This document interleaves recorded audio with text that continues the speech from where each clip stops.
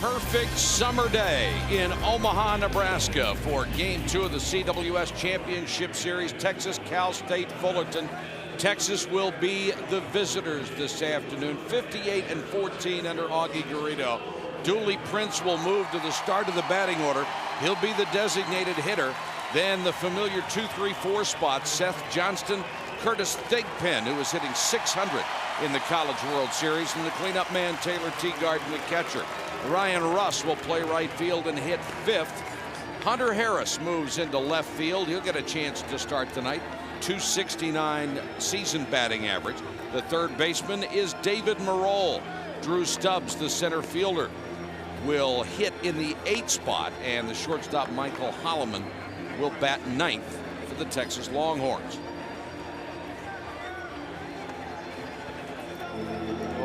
Well, we've talked about Jason Windsor. You get a good look at him, but you know the surprising thing, Mike, is he doesn't throw a blazing fastball. He'll be about 86 to 89, maybe touch 90, and he'll throw a curveball, but he's around the plate, and that's the key. He'll teach you today how to use the whole strike zone, up, down, in, and out. If he's on, then he'll be effective with hitting his spots. A win and a save already in the College World Series. Third-round draft choice of the A's.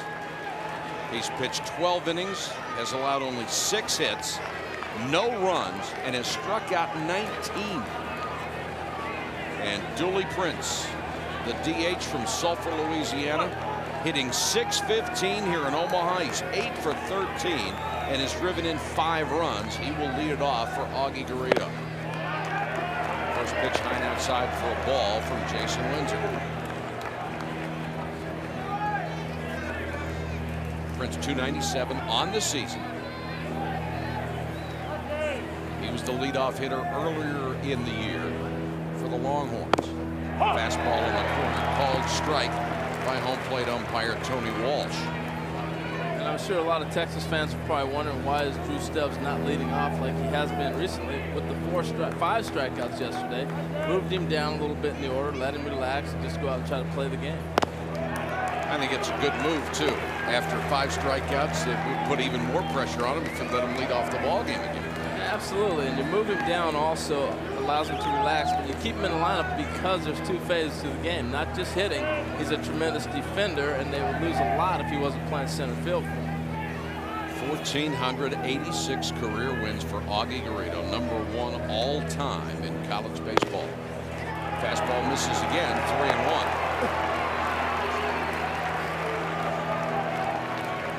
Kyle touched on the fact he was throwing. He threw 49 pitches in the game when he came in, which was supposed to be his bullpen day. A little bit different throwing in the pen as opposed to throwing in the game. See how kind of effect that has on Jason as the game progresses. He has been a strikeout machine here in Omaha and pours this one in for a called strike 3-2.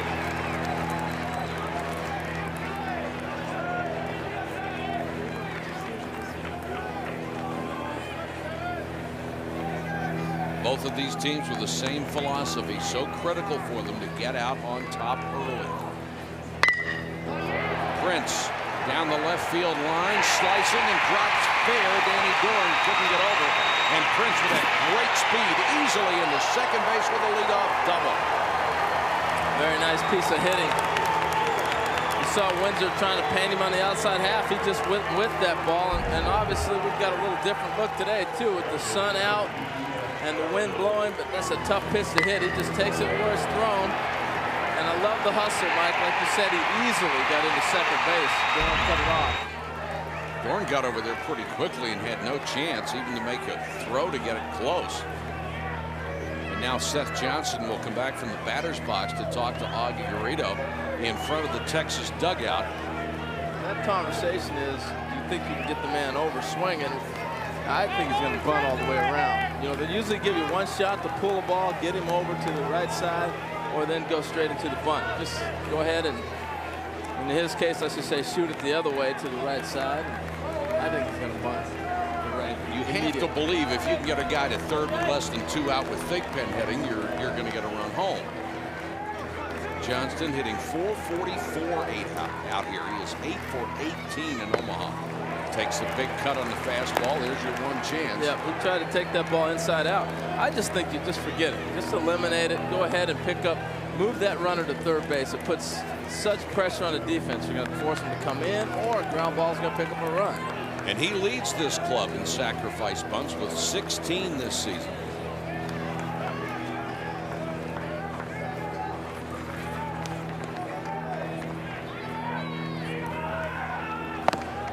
Takes that one inside, 1-1. That was Jason Windsor done with runners in scoring position. Hadn't had many. No, he has not. And he's been perfect when he's gotten one. He's in trouble this inning, though, because the hitters coming up have been hot. He can move this runner up. It really puts a lot of pressure on Fullerton early. No bunt, grounded right at the shortstop, and Walton, who has been superb out there, throws him out, and Dooley Prince has to hold at first base. So that's a departure from what they normally do. Well, it really is. I know they got the runner at second, but if you could get him to third in that situation, you do it. Seth Davidson tried to go the other way. I don't know if it was a miscommunication, missign. I don't think so. He just didn't get it done. That's a tough move. I think you stick with what got you here. You don't see that very often. Johnston pulled the ball right at the shortstop, Walton. Now here is Thigpen, who has actually cooled off a little bit. He's only hitting .600 in the College World Series. Thought through the first 3 games he wouldn't make it out.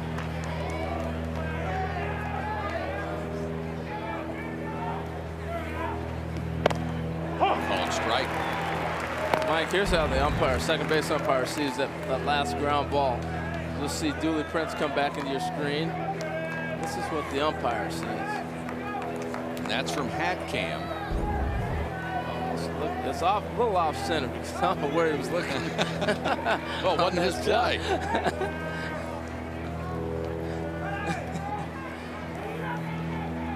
And that hits Thigpen on the shoulder, and Curtis Thigpen made little or no effort to get out of the way of that one. Well, it's a breaking ball, and you're going to roll out of a breaking pitch, and it looked like he tried to roll out of the way of this ball. It's not like we've seen in past where you just kind of throw that shoulder out there. He was actually rolling to make a motion. If anybody's trying to get out of the way, it's this guy. He came in here, hit .750 in the College World Series when this series opened yesterday, so I think he wants to swing the bat. 2 men on, 1 out here in the top of the first for Taylor Teagarden, who has not hit the ball well here in Omaha. Had during the regular season with 10 home runs, 51 RBIs.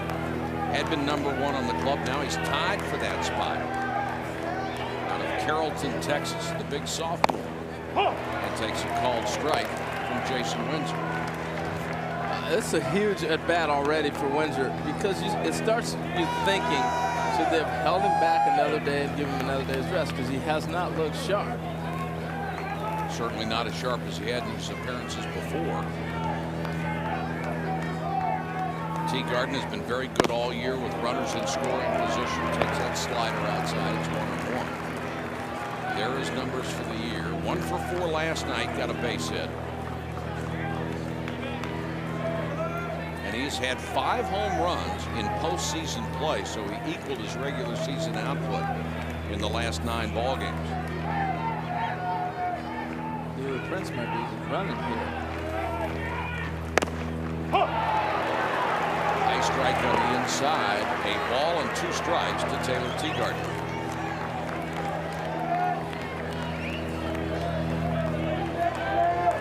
George Horton, who once played for Augie Garrido on his first Cal State Fullerton team and then coached under him as associate head coach, has now been the head man with the Titans for the last 8 years. Big West Coach of the Year. And back for another trip to the College World Series, trying to win his first.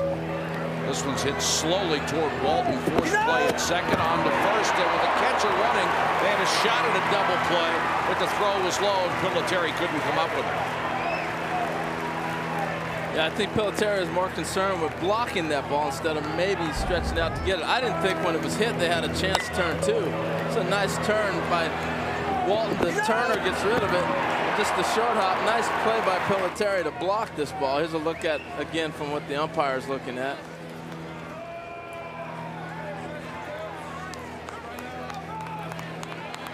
As you see, it's going to be bang bang regardless. Nice play by P.J. Piloteri blocking that ball on that situation.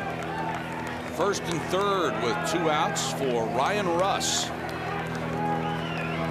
A line drive hitter whose family has played all over the state of Texas in college baseball.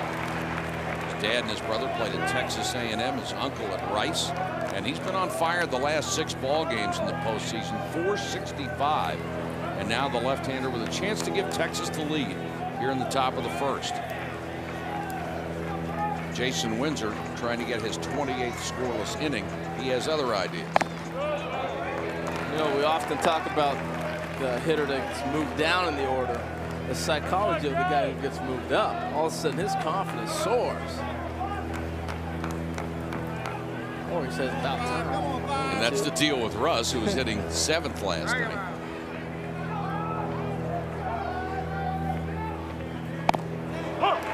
Breaking ball over, 1-2.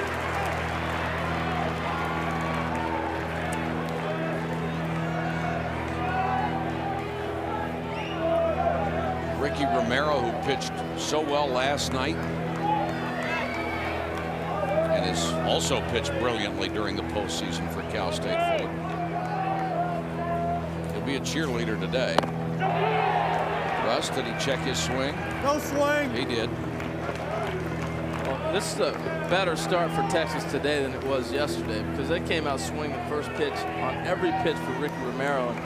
He went through the first 2 innings in a breeze, about 9 pitches, so they're already deep into Windsor's pitch count. Windsor's already thrown 19 in this inning, Harold. And considering he came in relief the other night, that could be significant. Full count now to Ryan Russ. The telltale sign, Mike, has been the control. He never got to 3-ball 2 counts on hitters until in his complete game until about the 7th inning or so, and he's already been there a couple times already. Teagarden will get a start from first with 2 outs and 3-2. Payoff pitch coming to Russ. Lost him, high fastball. They're loaded.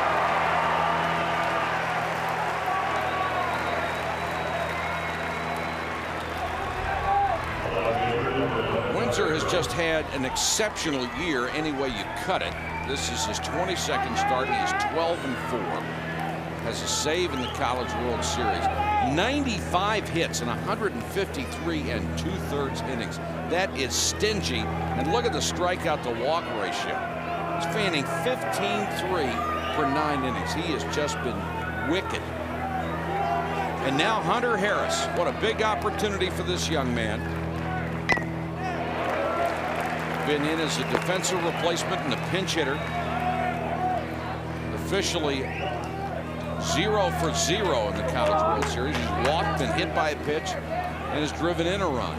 But he has the bases loaded here in the first. Line drive hitter who has had some clutch hits for this club this year.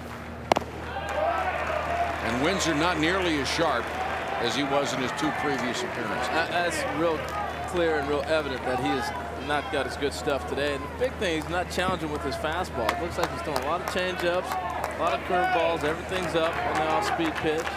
There's Carson Kiner, who had been starting in left field. That miscue last night gives Hunter Harris a chance to hit here and start in left. Kiner got a late break on that ball that eventually turned out to be a double as it hit off the heel of his glove near the wall.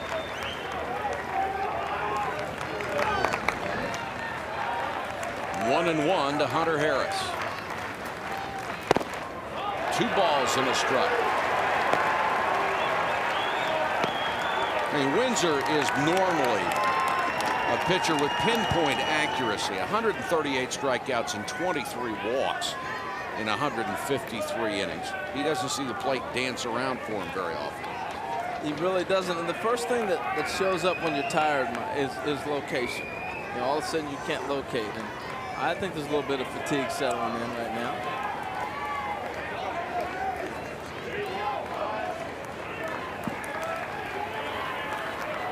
And he is on the verge of seeing that streak snapped. Behind Hunter Harris, 2-1, bases loaded, 2 out. Top of the first for the Longhorns. Line base hit to center field. Here comes the throw to the plate. It's high. 2 runs will score. And Hunter Harris delivers.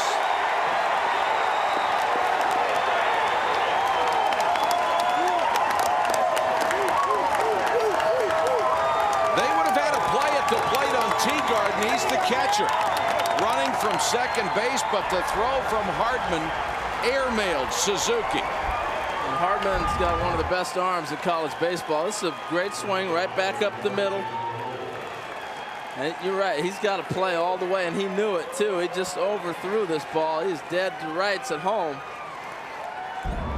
And even if it doesn't kick away from Windsor, who is backing up, you still have runs at first and second to do it that good. But now they moved up to second and third. Second and third, 2 outs. Marole stands in. The consecutive scoreless inning streak is over at 27 2/3. 2 RBIs on the single for Hunter Harris. What a thrill that had to be for him. His College World Series first hit, and an error on the center fielder allowing the runners to advance.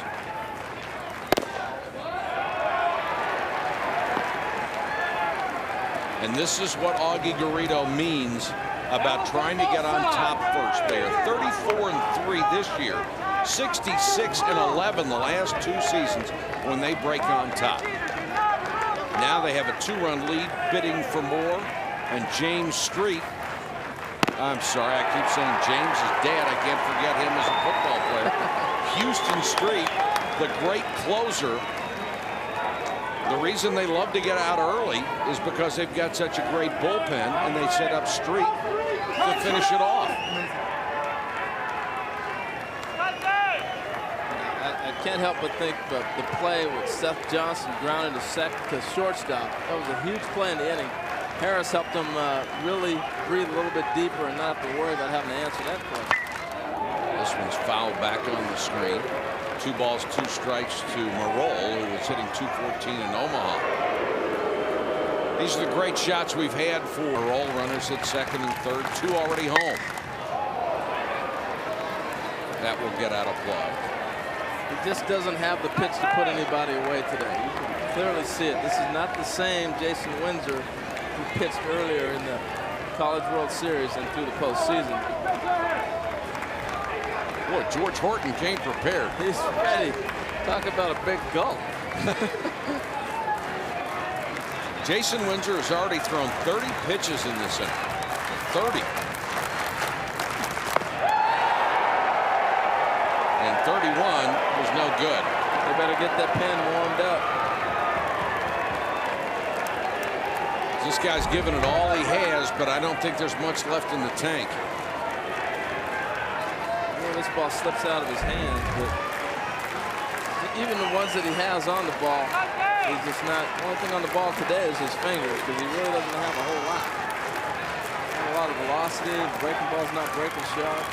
15 balls out of the 31, and he faces 3-2 against Marole, the 7th hitter in the inning. Foul back.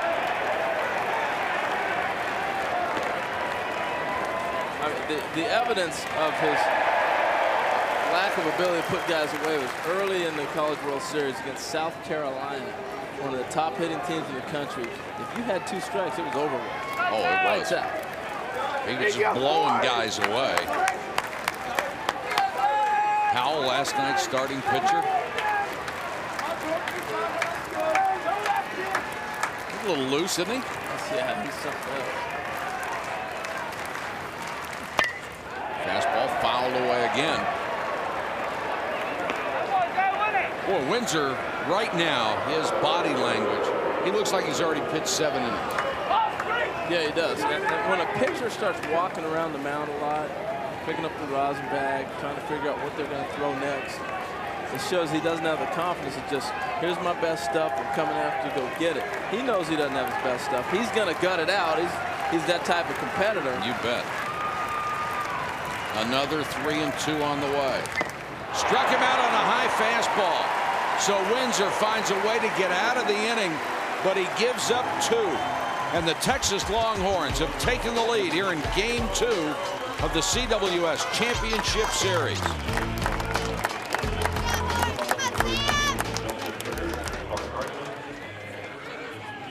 And Sam LeCure staked to a 2-0 lead on the hill. For Texas, he faces Justin Turner leading off. 305 on the season and 263 here in the College World Series.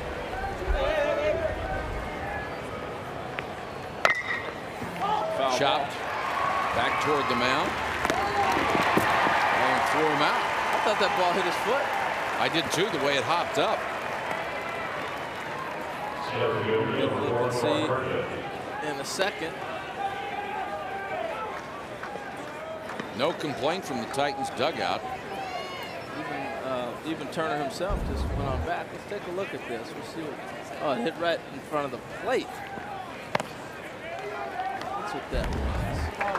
It would hit right there around that area somewhere. Just didn't look right when it left the bat. No, it didn't. Clark Hardman stands in. 3 hits here in Omaha. Guy's an excellent bunter. And it brings David Merrill in at third base to guard against that. Swinging away toward left and dropping in front of the left fielder Hunter Harris. First hit for Cal State Fullerton. Well, we talked about last night how deep the Texas outfielders play. This is a ball that, I mean, they're playing 2 steps off the track out there. We're at the College World Series, Rosenblatt Stadium, Omaha, Nebraska.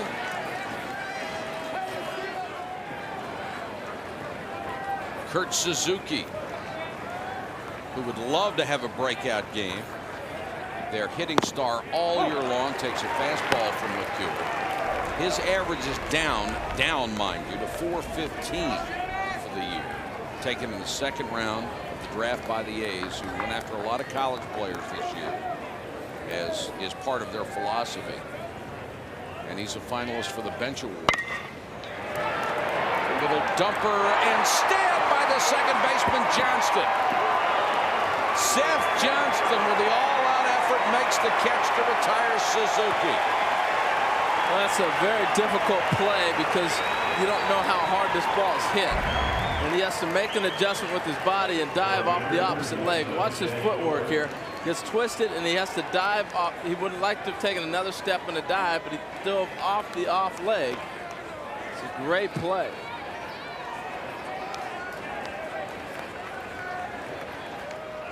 Boy, terrific defense by Johnston. High school shortstop, playing second base for Texas.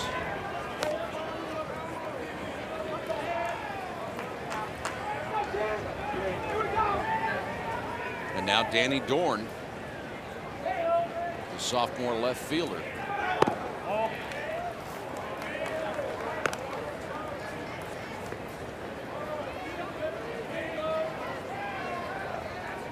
That would have been a big play. Runners at first and second, or first and third.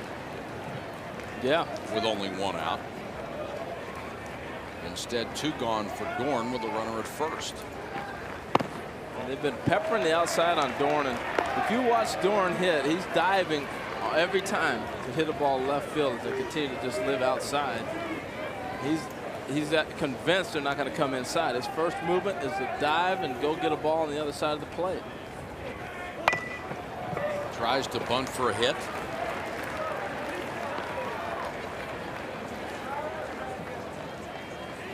Sam LeCure making his 2nd College World Series start, his 23rd of the year coming in. Won 9 and lost 3. 92 hits and 116 2/3.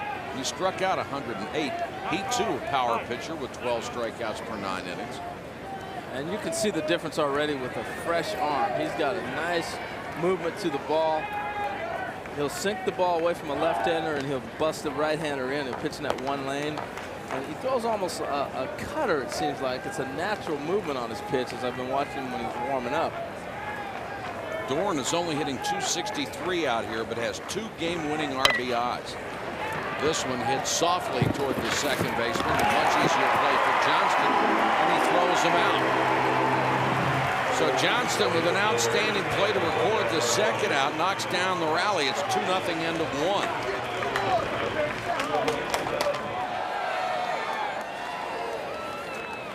Drew Stubbs will lead it off here, and this is a young man with a wealth of talent who had a nightmare game last night. You don't wish this on anybody, Harold. He struck out 5 times. Well, he really struggled. I mean, he missed balls by about 2 feet. They threw him breaking pitches all day, and you've been around the game of baseball. You throw it till they show you can hit it.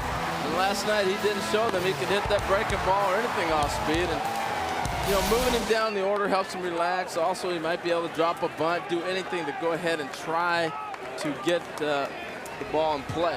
And if you go back to the previous game, his last plate appearance, he struck out, so he's gone down 6 straight times. And this is a guy Augie Garrido said is the most gifted athlete he has ever been around. This one's down the right field line, but foul. Well, Augie was joking around with him when he got here, and he said, "I'm moving you down the order. You're gonna be playing. You're still my guy." But I was looking at your name. There was no K in your name. You know, that's typical Augie. You know, there's no K in Drew Stubbs.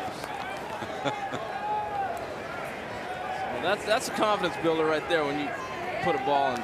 When your coach says that about your name, and also he just fouled the ball off. His confidence has got to be up already. Yeah. See how Windsor does in the second inning after a monumental struggle in the first.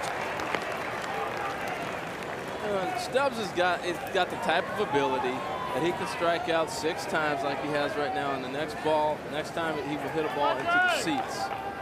And that's another reason he's in the lineup. Has 8 home runs this year and has tremendous speed. He's one of those guys that you say a 5-tool player. He can hit with power, run, throw, and field. Only a freshman and has a brilliant future in front of him. And boy, your heart just goes out to a young man who has a night like he did last night. And this is the pitch to hit right here. 2-1. He's going to get a fastball.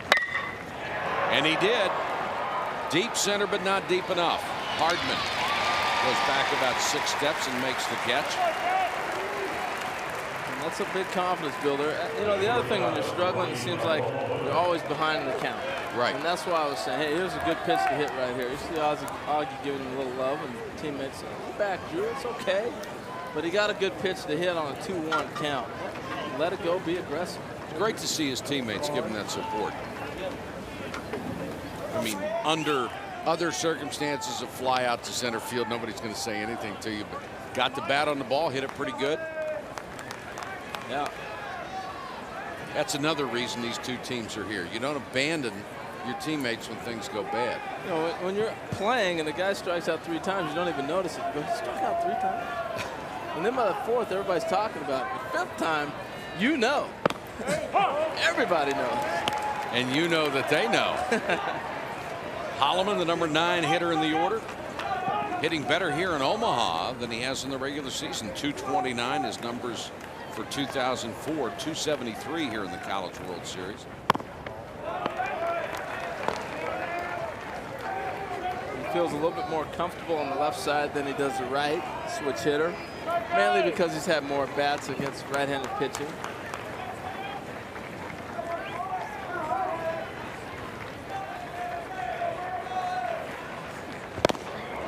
Big swing and a miss. Talked to Kyle Peterson during the break between innings and asked him if he was surprised they didn't have somebody up working in the Cal State Fullerton bullpen. And he immediately said, no, you have to think about not only today, but tomorrow. You don't want to burn up guys that you have out there who have been very good of late, but not all season. You got to think about tomorrow, too, and that's an excellent point. Swing and a miss, strike 3. Holloman is down. You know, Kyle, the other thing, everything was up in the first inning. What did you see and what adjustment has he made? Well, I talked to Dave Serrano in between innings. He said the biggest thing that they want to do is kind of shorten Windsor's stride out there a little bit. The shorter that stride is, the easier it is to get out over that front leg, get that ball down in the zone. He was missing up a lot in the first inning. They want it down. Another thing at this point, they just want to find one pitch they can focus on. Back to the top of the order for Dooley Prince, who started the ball game with a double to left, slicing down the left field line. thought it was interesting as Kyle was finishing up. They want to find one pitch that they can focus on because he has been all over the place with all his pitches. Sure has. Prince now has an 8-game hit streak. Takes a called strike there. 0-2, and I think they found the fastball.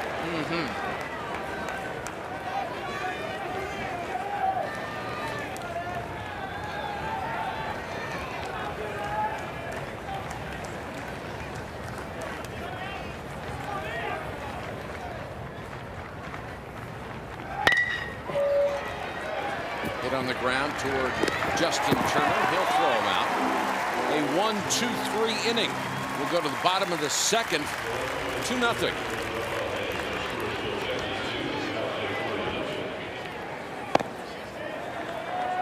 LeCure starts off Felipe Garcia with a high fastball. Garcia has just been on a tremendous roll, a late-round draft choice of the Red Sox. He's been hitting .550 in Omaha and has driven in 7 runs. Plus, he has a 14-game hit streak going.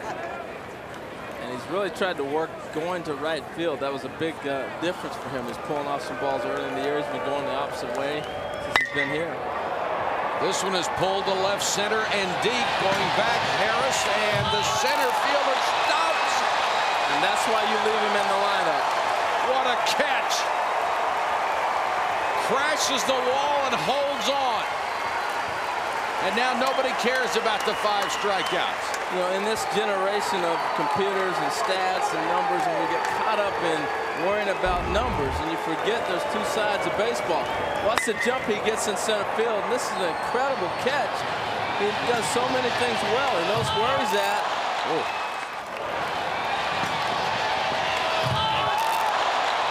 Total disregard for that wall. He was going to catch that baseball. It's a great athletic play. Garcia's bid for another base hit. Stolen by Stubbs, and now Pilateri stands in.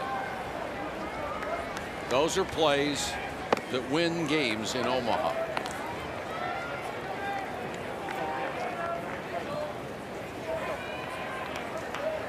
Pilateri and Suzuki were the big RBIs for this club coming in. Neither one has driven in a run here in Omaha. Watch that catch. Well, he knew exactly where he was at on the field, and that's so impressive for a young man that's just a freshman. This one is smoked to left, a base hit for Pilateri. So 2 hard hit ball in the inning. And a runner at first with 1 out for Bobby Andrews.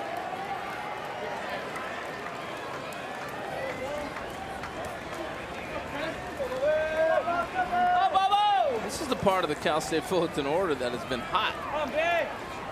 Seems like you drop anybody down the order, and the whole bottom part of this order has been producing.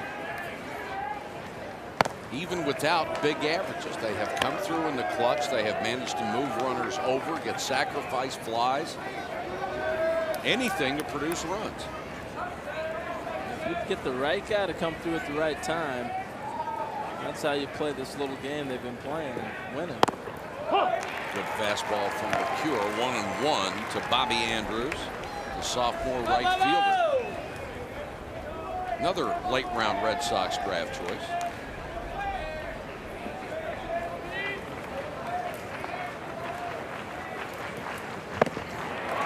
Swung over top of the curveball. 1-2. Infield a double play depth, but Andrews is a tough guy to double up. He's the fastest runner on the ball club.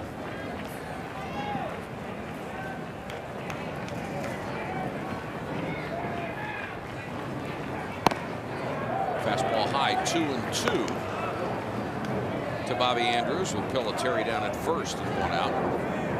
Titans down 2-0 here in the home half of the second inning.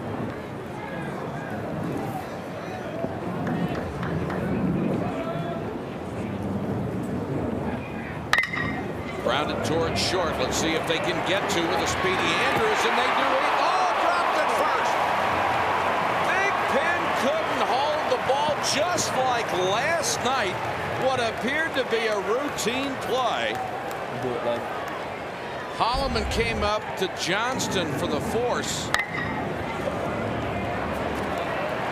You just don't see this that often. Just dropped it.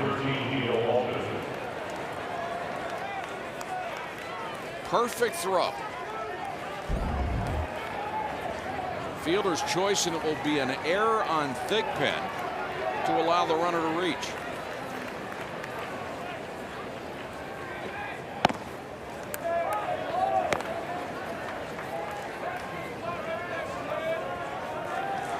Well, when they say you don't assume a double play, it's usually thinking the middle infielders. You don't think the first baseman's going to miss. Exactly. That was... Well, you hardly see that. And I mean, Thigpen has shown himself to be a good first baseman. Yeah. A lot of times in a day game, I don't know, I have to look at the angle that he's getting that throw from. There's so many white shirts and T-shirts in the stands that you lose the perception of the ball, and next thing you know, it's on you. I don't. That's the only thing I can think of, is that he maybe lost it in one of the shirts coming on the relay. Neil Walton ahead in the count, 2-1. Grounded to third. And force play at second. David Merrill and Johnston. They get out of the inning. We played 2 full. 2-0 Texas.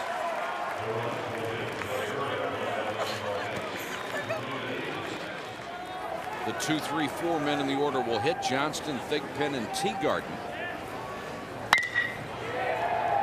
Lofted to right. Bobby Andrews with the glasses makes the catch and 1 out.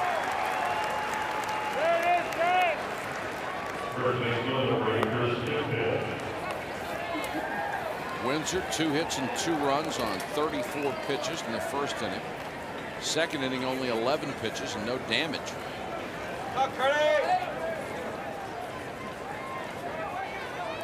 And they jumped on the first pitch in this inning for a fly ball out off the bat of Seth Johnston.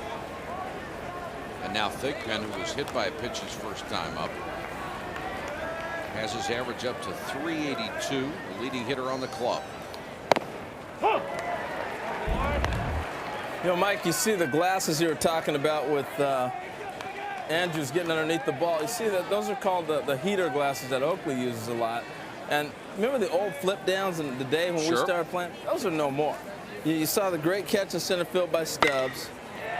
And now here's going to be another sun ball. Right to Hardman in center, 2 outs. 2 outs for Taylor Teagarden.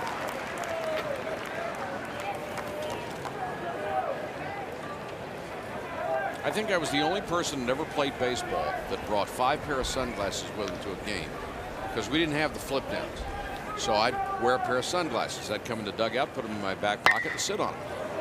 Then go get the second pair of sunglasses, then the third. And you saw the great catch again by Stubbs. I go back to that. He never had to worry about flipping down his glasses. He just went to get the ball. Teagarden goes down on strikes, and Jason Windsor has certainly settled in. That was only a 6-pitch inning. We'll go to the bottom of the third. 2-0 Texas.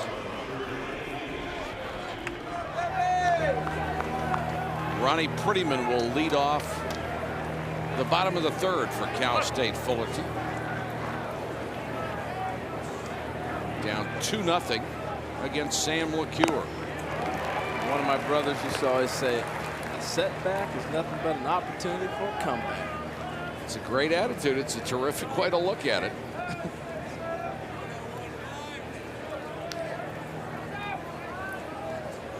Prettyman hitting .250 here in Omaha, 4 for 16, fouls that one out of play. Ball and 2 strikes to Ronnie Prettyman. Leading off the Cal State Fullerton third inning. Talk about Prettyman in HD. You better be looking like a pretty man on HD, because that shows every little pimple you have on your face. You keep beating him up over his name, and the young man's going to come after you one of these days. He came after me the other day. Well, good. Yeah, he needed to. He needed to. That's a tough name to grow up with, though. Yeah. That's tough. He's going to hear that forever. He thinks I'm on him hard. Wait till he gets into pro baseball. Swing and a miss, strike 3. There's that slider that Horton was talking about that they want to try to avoid. You can see Fullerton hitters going after that fastball and trying to take it away from him. This is a nasty pitch on the outside half. Actually, it's not even a slider. That's the changeup. And just see the location on that. Just drops off the table. See you later. LeCure's first strikeout, and one out here in the third. Back to the top of the order for Justin Turner. He grounded back to LeCure to start the Fullerton first.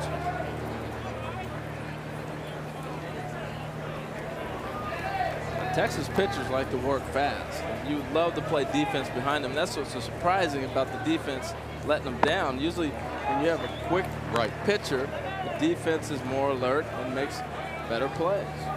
Texas had some defensive problems at the beginning of the year, but they have played superbly down the stretch until the last two games here at the College World Series, and they have simply dropped a lot of throws. I mean, they have not been exceptionally hard plays. They've just dropped the ball.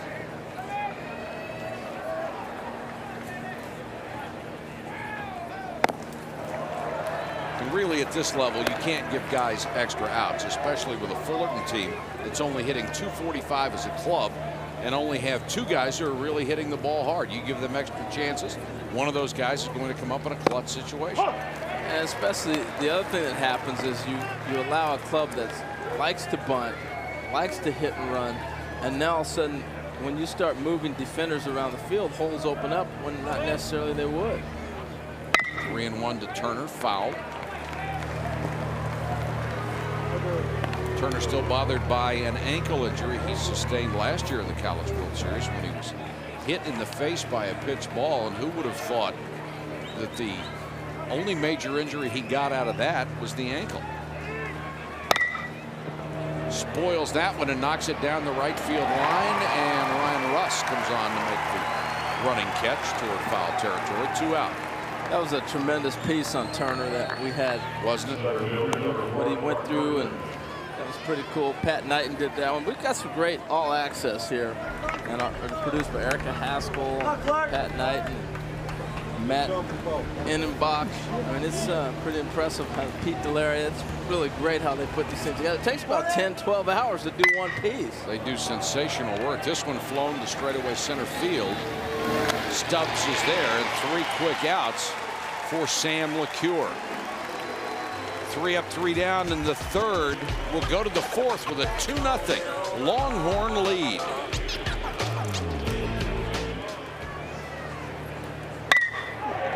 Ripped right back up the middle, base hit to lead off the inning for Ryan Russ. Jumping on that first pitch fastball, and that's, we found out that's the pitch he wants to throw. So if that's what he's going to throw and be able to locate, you go ahead and get on it.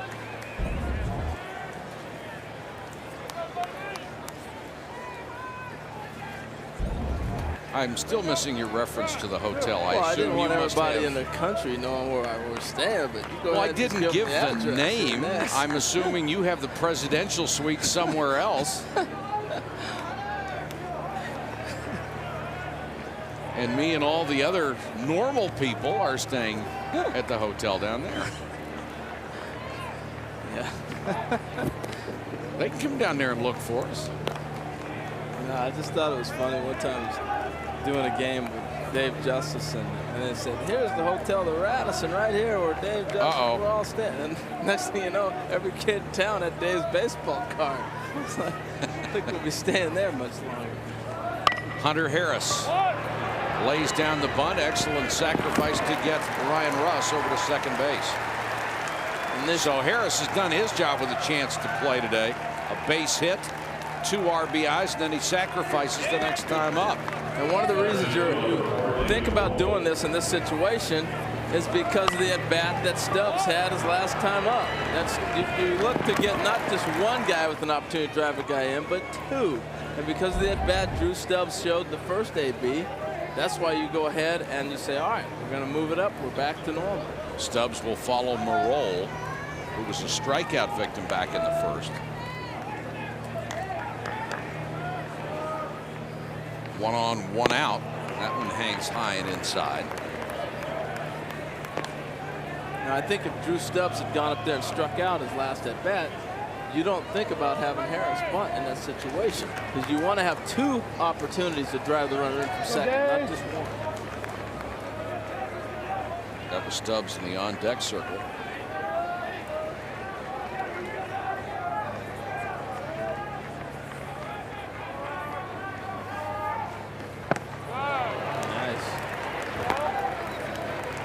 Pulled the string on that one. Ball and a strike to David Merrill. Well, you knew Windsor would fight. Really had some bad luck not getting out of the first inning with less damage than he had.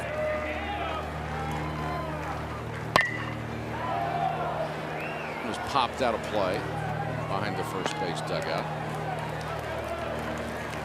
Windsor pitched against Texas very early in the year, during the period when the Titans were 15-16.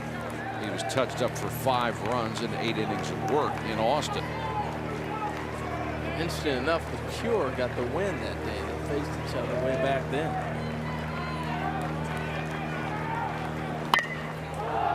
This one's popped up on the infield, called by Windsor, and then the catcher, Suzuki, blew right by him.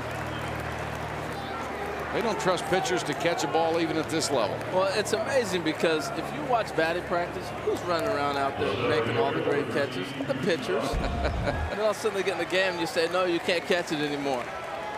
But he's camped under this, and Suzuki, remember, he's the captain of this club. He calls it, he's getting it, and he's going to take care of it. Well, he's been phenomenal behind the plate, and I think also he sent a message last night when he threw the runner out at third, where Texas has had runners at second base. They're not even thinking about stealing third base. This is Stubbs, who flew to center field his first time up, hitting .303 for the year. Now here's the opportunity you talked about. You want to get 2 chances, and this is the second one. And you still got a base open, and you continue. You got a left-hand hitter on deck. Got a big lead. No pitch. So Russ is out there getting a nice big lead, but if you're Cal State Fullerton and you got 2 outs, let him get as big as lead as you want. Dick Williams was screaming at me one day. Let him take the biggest lead as you want. He sat me down and said, you'd be sitting next to me a little longer if you just keep trying to hold guys with 2 outs. Instead of having you out of position at second base. Absolutely. Just play back. He's going to score on a base hit anyway.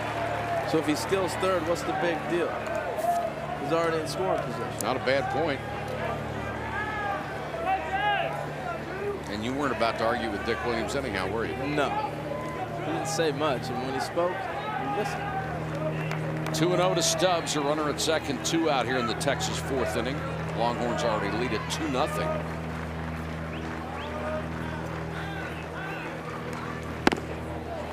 Ball 3 from Jason Windsor. Windsor has pitched much better since the first inning, but is already up to 60 pitches after 34 in the first. First inning really hurt. Sure did.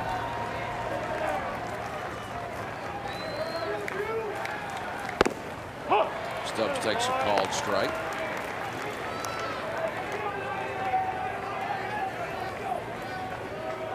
I think they're flirting with danger here with Stubbs. Got that feeling. He's had a great freshman season for the Longhorns, even with all his struggles out here. Swing and a miss, 3-2. And they came back with a changeup 3-1 right there instead of throwing another fastball. And a high changeup. Yes. Stubbs has fanned 74 times this year, but has 80 hits. It's a freshman record at Texas. 11 of those strikeouts have come out here in Omaha. That's why you're seeing a lot of pitches. You're learning how to hit a curveball. You're learning how to see different changeups. Swing and a miss, struck him out to end the inning. So a leadoff single leads a runner stranded at second. We played 3.5. And we go to the bottom of the 4th. You're watching the College World Series in high definition from Omaha. I'm a big believer in you win games with defense. We get caught up in looking at offensive statistics to say this guy's a good player or he's not. There's more to it than just being able to hit. It will be the heart of the order for the Titans here in the fourth. Suzuki, Dorn, and Garcia. Fastball from Sam LeCure, who has yielded only 2 hits as we go to the fourth. Just the kind of pitching performance Augie Garrido had hoped for. Down 1 game to none in this best 2 out of 3 series. Well, I like how the pitchers, both of them now, are in pretty good groove. They're pitching backwards. And what I mean by that, on the fastball count, they're throwing breaking balls. On the breaking ball count, they're coming back with a fastball. Grounded to short for Holloman. 1 gone. Suzuki's had no luck out here with the bat in his hand. And one thing you can say about that young man, it has not affected his defense. He has been brilliant behind the plate. Well, he's got a lot of tenacity, and if you think about his story, you know, a walk-on as a freshman at Cal State Fullerton, he worked his way all the way, not just as a walk-on to make the club, but to be a number 2 draft pick in the draft this year by the Oakland A's. That's a long ways to go for a young man coming off the island in Hawaii. Danny Dorn with nobody aboard and 1 out. Dorn grounded to second his first time up. And they really pitched him great too. They got in on him. He's diving to go get everything out, and then they busted him in on a ball inside, got that grounder. 2-0. Let's check in with Dave Ryan. Dave. All right, Sam LeCure's huge family. We told you he had 7 brothers and sisters. Sisters Amy and Kate are here, and Dad Marvin. Dad, let's start with you. The youngest of 8 for Sam. Was he always the feistiest, the best athlete of the group? I'm not going to say that. We have several good athletes. That's a big family there. Now, Amy, you made a long trip all the way from St. Pete, Florida, 24 hours. Was it worth making that drive? Oh, yeah. I missed him last year, and I always regretted it, and I wasn't going to miss it this year. Now, you guys played softball. The brothers played baseball. Did Sam learn a lot from you guys growing up? After grade school, I couldn't catch him anymore. He was throwing too hard, wasn't he? Real hard. Well, enjoy the rest of the game, guys. Thanks for seeing us. All right. Thank you, David. I'm telling you, Mike, all these youngest of 8s, man. I told you earlier, I was youngest of 8. A lot of those. Dorn thought he had ball 4 instead. It's strike 3, 2 down. And the LeCure family has something to celebrate here. You watch Dorn, his first movement's going to be to dive, so any ball inside is going to look like it's inside to him. That's a strike, no doubt about it. But his whole body was diving, and the ball was in for a strike. Felipe Garcia stands in, robbed by Stubbs back in the 2nd inning with a leaping catch against the wall. About the only way you get Garcia out is to make a spectacular play. Everything he's hitting, he's hitting hard. 13th round draft choice of the Yankees. He was all College World Series a year ago for Fullerton. Fouls this one out of play. Lets it go, man. He starts off in that little crouch.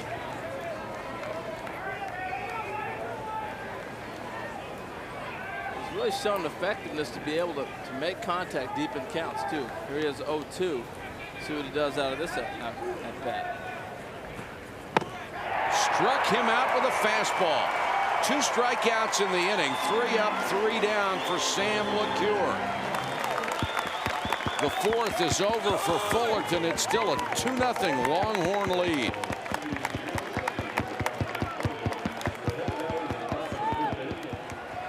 Windsor will start off this inning against Michael Holloman.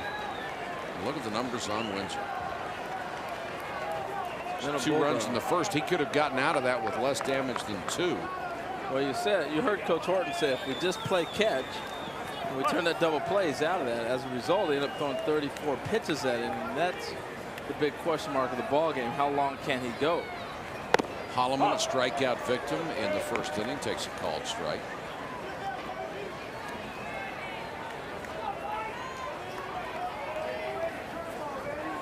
Saw his season's numbers. He's 3 for 12 in the College World Series.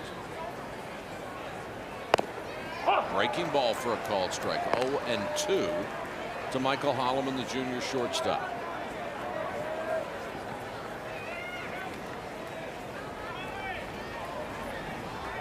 George got that one.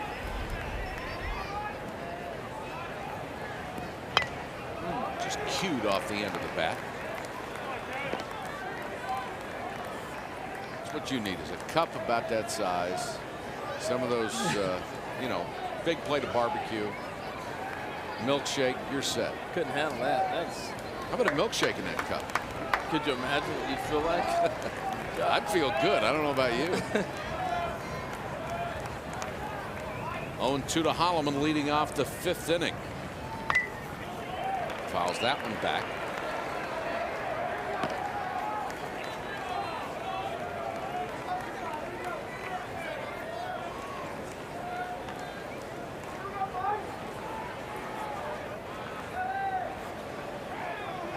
What's surprising is the only time these teams have bunted are to move runners up. They never bunt for a base hit.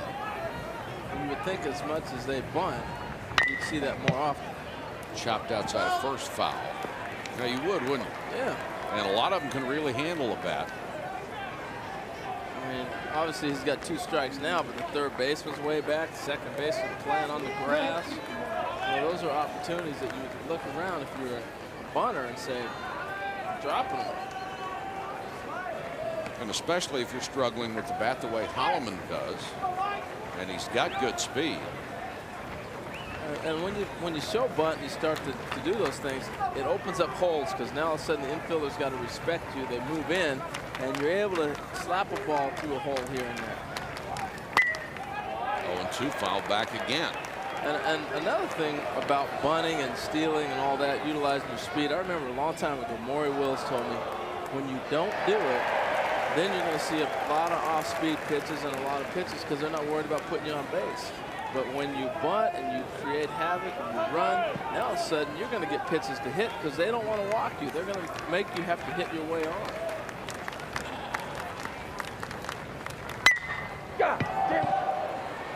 Popped up on the infield, and Piloteri will make the catch.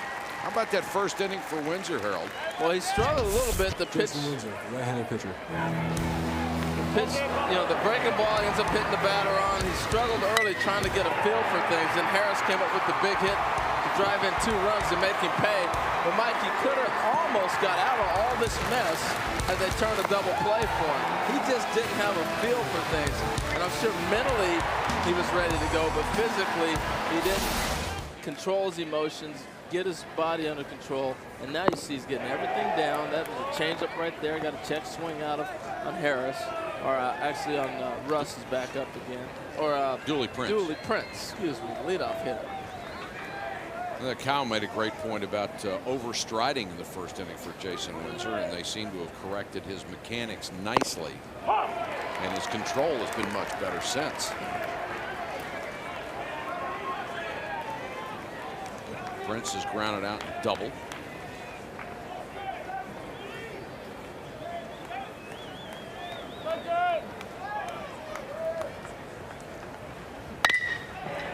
Hit toward the shortstop. Walton been superb at short. Kyle Peterson, do you see the mechanics improve since the first inning for Jason? Yeah, it has. And we talked about earlier, they just wanted to find one pitch. I mean, it looks like they found 3. The changeup is always such a huge pitch for Windsor. He's throwing it whenever he wants, getting outs and throwing it in the zone to both right-handers and left-handers, commanding his fastball better than ever before. And he's throwing that breaking ball, too, to both sides. So they wanted to find 1. Now they found 3. The problem is they're going to be able to push enough runs across to make it make a difference. When you were pitching, was that something you could self-diagnose, or did someone else need to find it for you?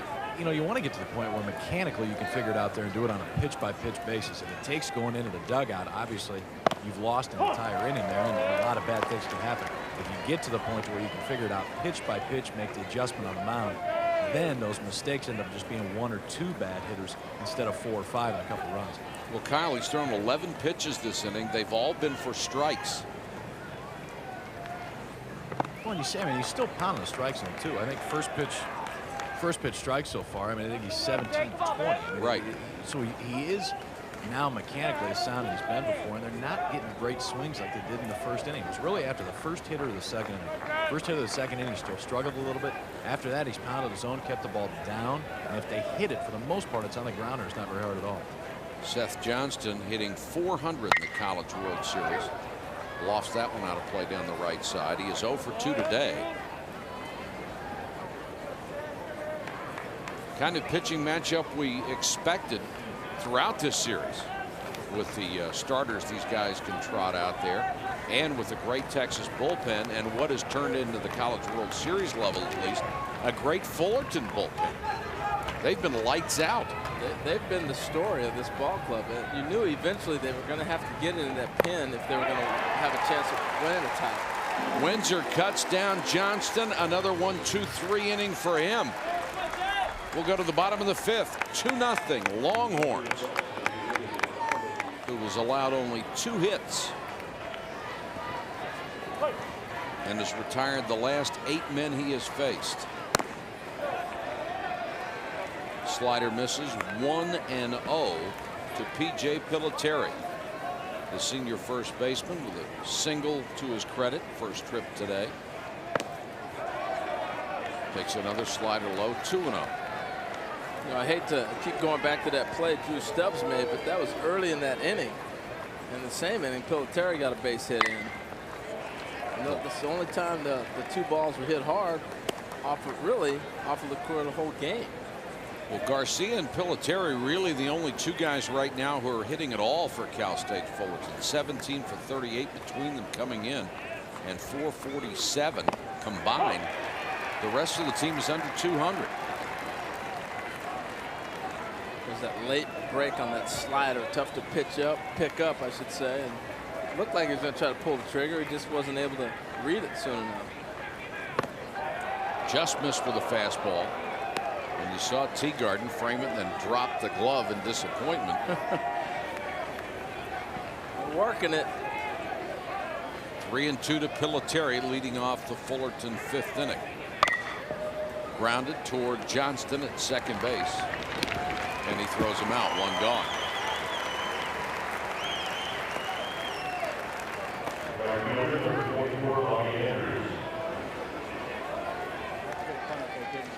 There's a funnel cake, Harold, and it didn't look like it had the big gob of butter on it, or whatever that was. Whatever that was yesterday. Oh, yeah.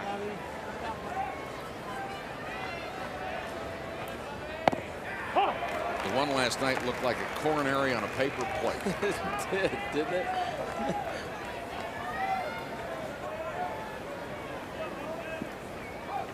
Andrews falls behind. 0-1. 0-2. Nice fastball from LeCure. He's doing anything he wants right now. Right there, drop down to throw a fastball. He's hitting that slider when he needs to.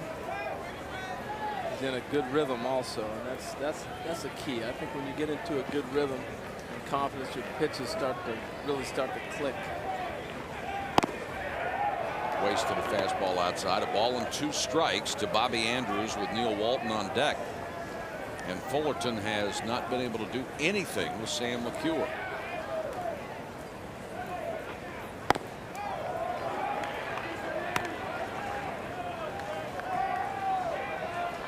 Even when he has missed the last 2 or 3 innings, it's been with a purpose, it seems. Yeah, it does, and he's been using that fastball like he might in this count right here. Grounded through into right field. A base hit for Bobby Andrews. Only the 3rd of the ball game for the Titans. He missed on the slider that he wanted to get him on. Then he came back with the 2-2 fastball. You see this ball start to tail back to Andrews. Nice piece of hitting. Just got to take what they give you. He's not giving them balls to hit out of the park. You know, they're keeping them in the ballpark. Andrews, the fastest runner on the club at first for Walton, the shortstop, who was 0 for 1. You may see some kind of action play, a little hit and run, get the runner moving.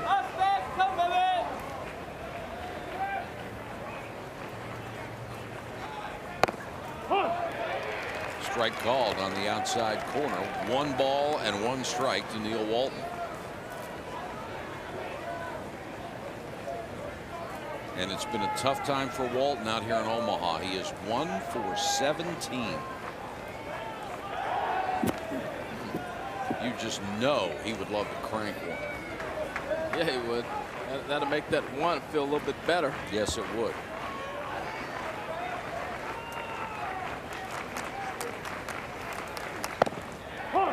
Called strike outside corner at the knees. Wicked pitch. LeCure was doing a great job of mixing up his rhythm to the plate also. One time he'll go with a high step, next time he'll do a slide step.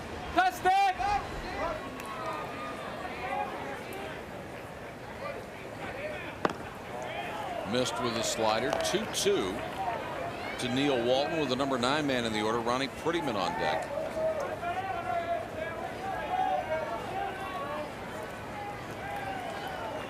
We're in the Fullerton 5th. The Titans down 2-0 to the Texas Longhorns. Strike 3 called on a fastball.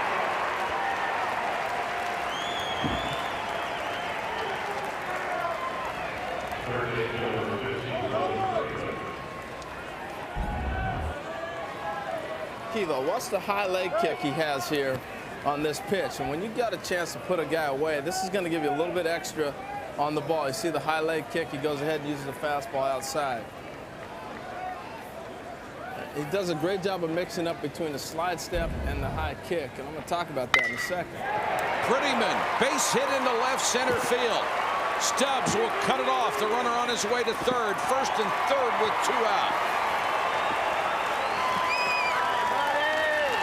Andrews running at the crack of the bat with 2 outs. Sails into third with that speed. It's a nice piece of hitting as he just went with the ball away and did what he needed to do. He's been living on the outside against those left-handers. And remember, we saw Dorn diving Mike all the time, and then he busted him inside. But it was always late in the count. First and third with 2 out coming into the inning. LeCure had only given up 2 base hits. He's given up 2 this inning. And here comes Tom Holliday, the pitching coach, to talk to his starter. Justin Turner stands in 0 for 2 this afternoon. Runners at first and third. The first time Texas has allowed a runner to third base in this game.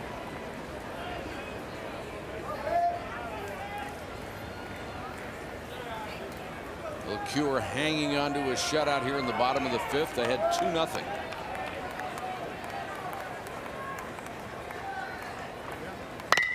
Right back up the middle off the leg of LeCure. Moreau got it. Are you kidding? And LeCure is still down. He took a rocket off his leg, and look at this kid. He's going to get up and run off. Wow. Great guts by him, and what a play by Moreau at third base. And you just hope LeCure is all right. That was a wicked shot.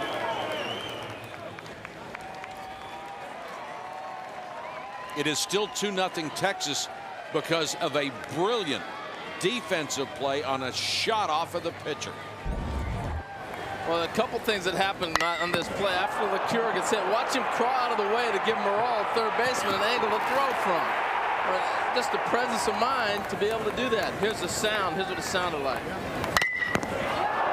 Ouch. Well, that hurt. And then look at LeCure. At the end of the inning, hey, I'm from Texas. I'm not crawling off this field. I'm running off this field. That puppy hurt. Oh. And now they're going to take him into the locker room. Well, I think he might go down to the bullpen, see if he can throw off of that. He's walking it off much better than he did when he left the field.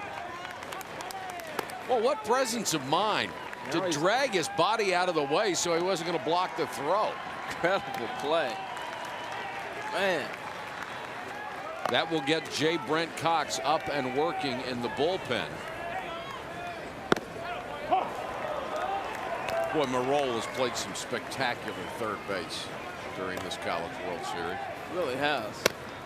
There's Cox, who has been a fixture out of the Texas bullpen. And now Thigpen will lead it off in the 6th. for Texas. And so many times a defensive play like that really sparks the offense in the next half inning. Yeah, it does. And you know, Mike, the shoes are made so much sturdier nowadays, too. If that was the old PF Flyer days, he'd be done. Yeah. Nothing but a little canvas between you and a rocket of a baseball.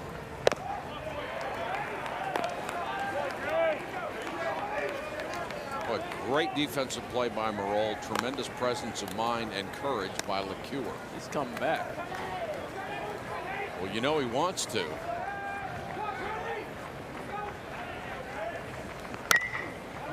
Chop foul outside third. And I think you made a great point, too, as we look at his father. We heard from him earlier, who's the best athlete in the family, obviously. But, you know, as you look at him get ready, I think the other thing you got to think about is the depth of that Texas bullpen. If one club can afford to take him out now, it's this team. Because you have Cox and Street out there. Catcher couldn't hold the ball. They'll have to throw him out at first on the strikeout, and they do. One gone here in the sixth. We talked about the brilliant Texas bullpen, and they have been all year. And Cal State Fullerton came in with a terrible reputation, but it has been the other way around. The Titans have been lights out, and they have banged the Texas bullpen around.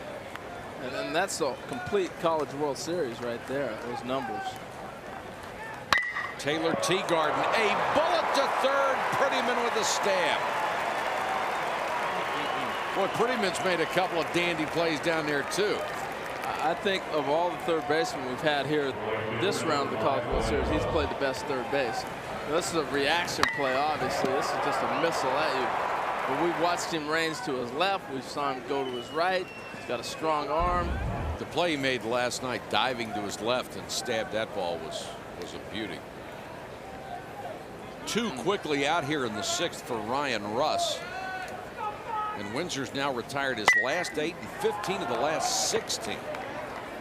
And he's picked up some pitches on that pitch count, too, because they're being very aggressive. When you start throwing strikes, all of a sudden you force the hitters to have to swing the bats. He's coming back. Well, with that stride, he's showing no ill effects. Keeping that arm warm. If he wasn't, it'd be ice on that thing right now. So he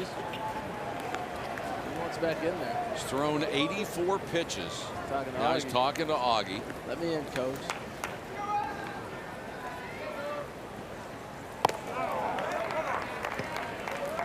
Ball and a strike to Ryan Russ, who has walked and singled today. And is hitting 300 in the College World Series and almost 300 for the season. Loves to put the glove on the top of the dugout. That's his particular superstition. That's his sign that he's coming back. Sat down there with coach. I thought the song said, "Put me in, coach. I'm ready to play center." Yeah, that's right. Glove on top of the hat. 2 out, nobody on for Texas here in the sixth inning. They're leading 2-0 in what is an elimination game for them. They need to win to force game 3 tomorrow night, and there is a called strike. That was a generous outside portion of the plate. Nothing wrong with being generous, I guess, if you're Cal State Fullerton. You go right back out there again. If you're Texas, you're not too happy. You went right back out there. That one was on the corner, on the black, and Jason Windsor, a 1-2-3 inning. The question is, will LeCure come back out? His father hopes so. Here comes LeCure.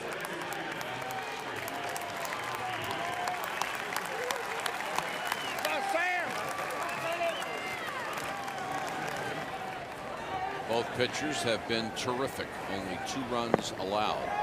I don't care if you use a newspaper. That ball is hit hard. That hurt. You roll up the New York Times, you could hit it a long way. Yeah. Strike called to Clark Hardman, leading it off here in the sixth. That's an ugly looking drag the toe, burns it out. Hit on the ground down toward Johnston. Throws him out, one gone. Maybe they're trying to make the shoes look like the hats. It's the shoes.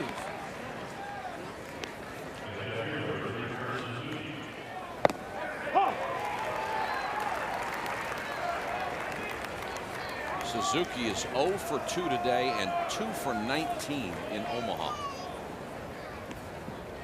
It's a kid who was hitting in the mid 400s when he got here. Last thing he expected, and he put himself into a little bit of a slump because he hit some balls hard into the wind. Right. And as a hitter, you got to remember, hey, my approach is good. I hit the ball hard. You can't control it once it leaves the bat. His number since May 1st.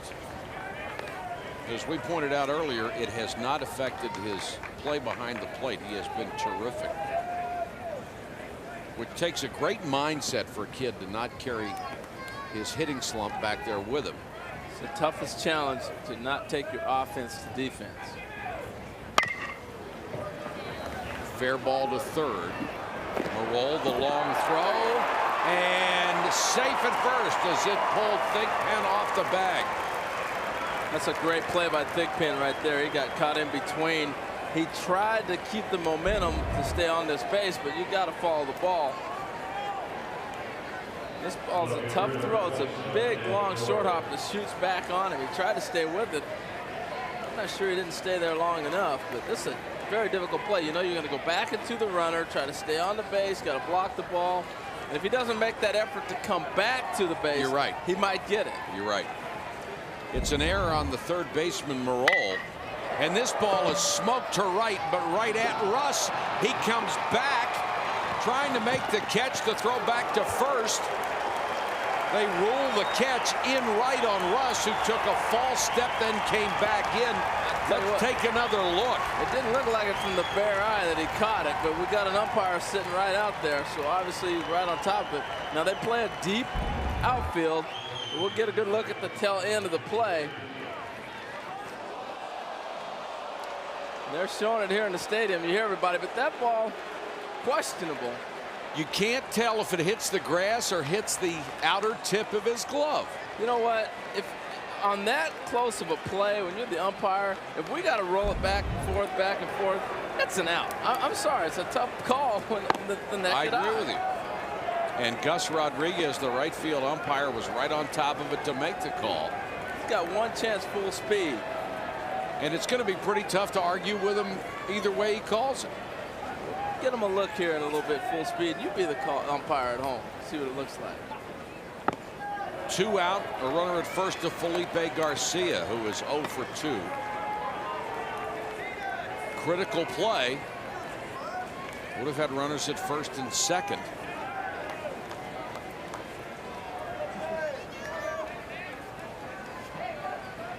Chance here for the Titans with their hottest hitter at the plate.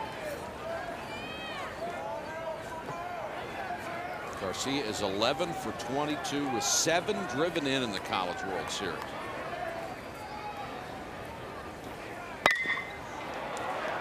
Fastball, shallow center. And way out. Michael Holloman, the shortstop, makes the catch, and the inning is over. So the error on the throw by Marol doesn't hurt Russ with the diving catch in right, and Texas continues to lead Cal State Fullerton 2-0. Jason Windsor will start the 7th inning, already having thrown 88 pitches. But he's really gotten in a groove since the first when he gave up a pair. That's a strike called outside corner at the knees to Hunter Harris. And Hunter has driven in both of those Texas runs.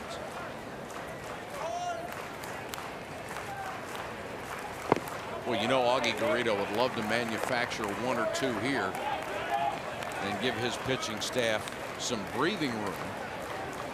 Yeah, he would. Anytime you can add on, that's what you try to do. And that's what they did the inning that they had Harris bunt and move the runners up. They were hoping they'd get a chance to pick up maybe 1 run at that inning. Checked his swing. 2 balls and a strike to Hunter Harris. He'll be followed by Merrill and Stubbs in the Texas 7th inning. If this score holds, we will have game 3 tomorrow night.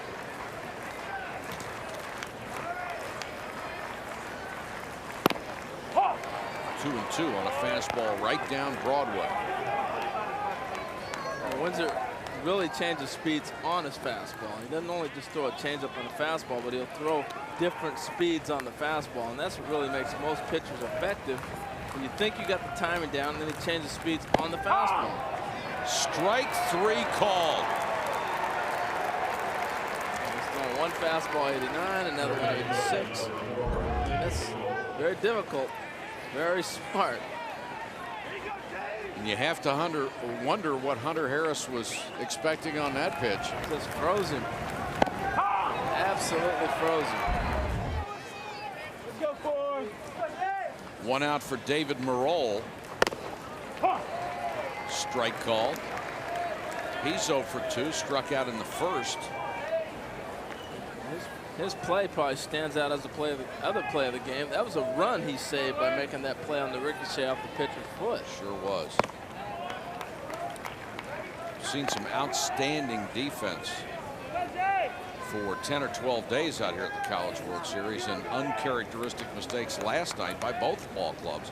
There is Houston Street getting ready in the Texas bullpen. We have entered his territory. We're in the 7th inning. Pop foul back out of play. 1-2 to Merrill with Stubbs on deck.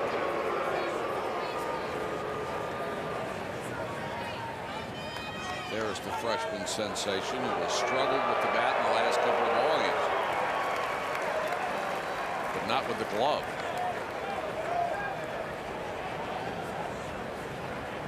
Boy, has Windsor been impressive. I really thought he was going to have a big, tough game after the first inning. He really came back. Smoked at the shortstop, knocked down by Walton, but he doesn't have a play. That just ate him up. If he's not going to catch it, not many people will. That's a heck of an effort. That ball was smoked, though. He's played some kind of shortstop here. This is just about picked it. And you're right, Mike. This ball just eats him alive. Came up a little bit on him and was just crushed. First hit of the day for Merrill and his 4th in the College World Series. Now Stubbs with 1 out and 1 on. Prettyman even with the bag at 3rd. And Stubbs, 7 of the last 8 times up he has fanned. That one's outside.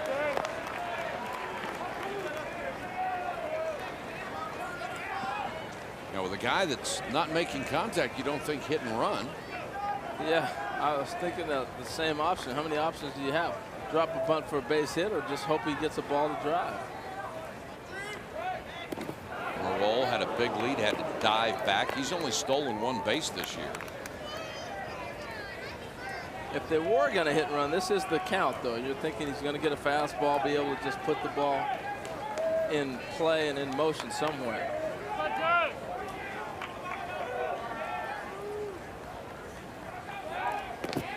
I think also, Mike, one of the reasons he's had a high strikeout total these last couple of games is he's seeing back-to-back changeups, a lot of sliders. So you never see those kind of combination of pitches even throughout the season, let alone in high school. That's respect for him, isn't it? Yes, it is. There's a pitch out as Fullerton thinking something might be going on. Well, they're looking at the track record. They're not sitting here saying, okay, he struck out 5 times, maybe 6 in a row, 7 out of the last 8 at bats. They're saying he was the leadoff guy on a team that's all the way into the national championship series. And has hit well over 300 all year. Went after a fastball and got a piece to foul it back.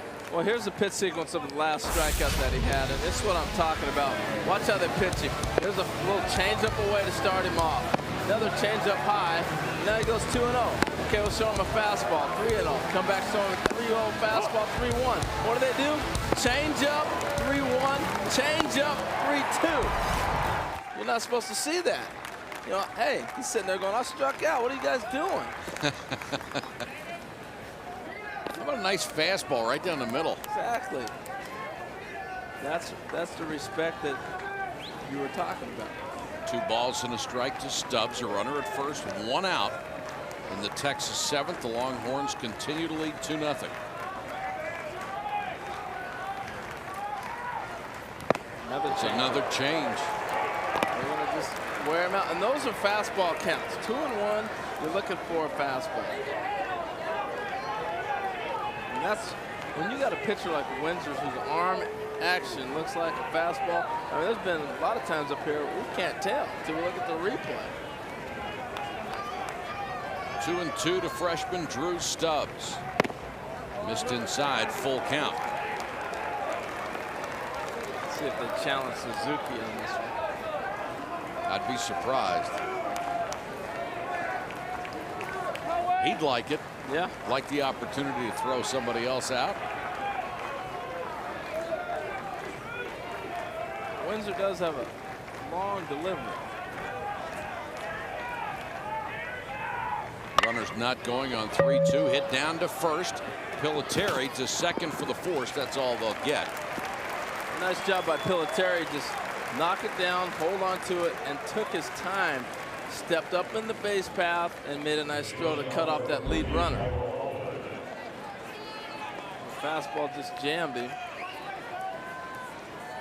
Have a look at him at hat cam, but watch the footwork.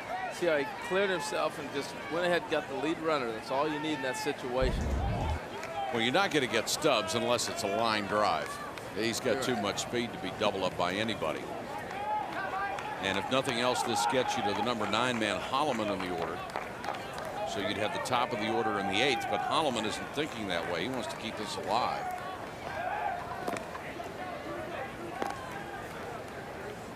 Stubbs has not hit into a double play all year long. And he is by far their leading base stealer down at first. 27 out of 33 this year. I think you take a chance of letting him run in this situation. If he gets thrown out, you got Holloman leading off the next inning anyway. Left-handed batter, and then you go back up to the top of the order. And that's really why you have your 9 spot. And a lot of people say, well, 9-1, there's no big difference. This is why. Holloman 0 for 2 this afternoon. Hey, Billy, okay.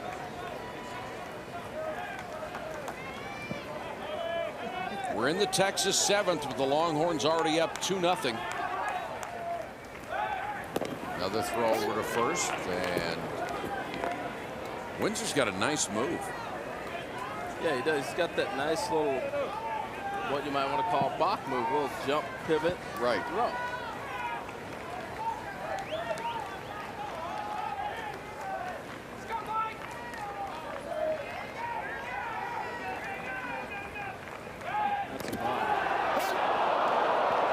That's a balk because he buckled his knee first and then came to first base. In my opinion, I thought that was a balk, and it was an awful close call. Obviously, the rules, the umpire didn't think so. He gets back. That's about as close as you can get. That's close.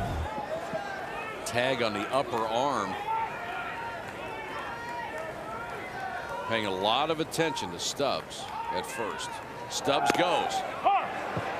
The throw way too high, and Stubbs has his 28th stolen base.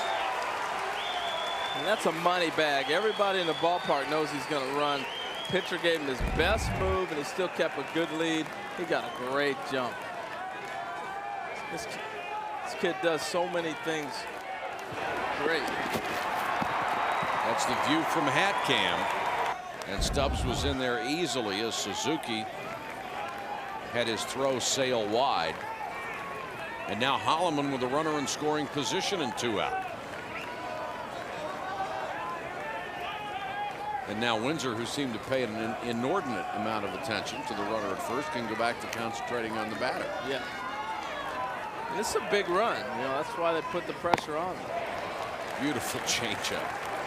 And you're right about the arm speed. I mean, he looks, for all in the world, like it's a heater. It really does. This is as good a changeup as anybody I've seen.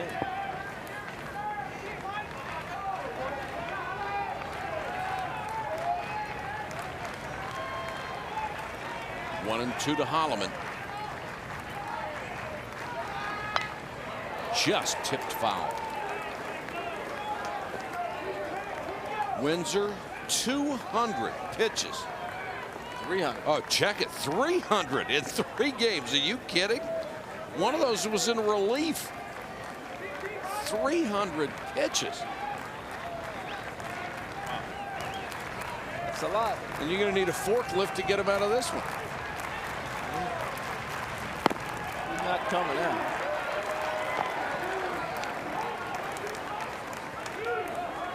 Two balls, 2 strikes to Holloman. He's become a fastball changeup pitcher in this game. Very few breaking balls.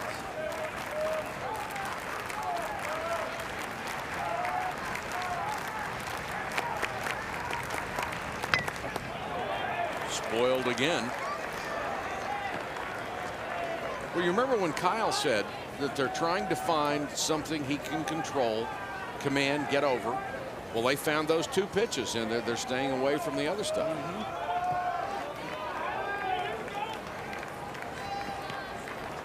Looking more and more like we might be back here tomorrow night for a 7 o'clock Eastern start for Game 3 of this best 2 out of 3 series. You'll see it right here on ESPN in high definition if we do come back. Ball 3, full count to Holloman.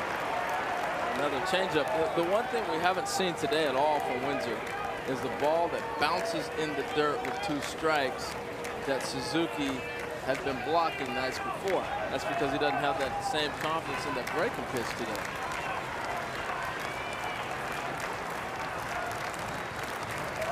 Two out, a runner at second, and a full count to Holloman.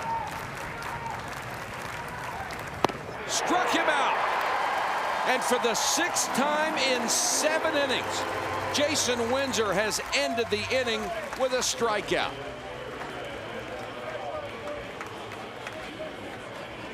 And David, everybody had to write them off at that point. 15 and 16 with an ERA for the staff close to 5.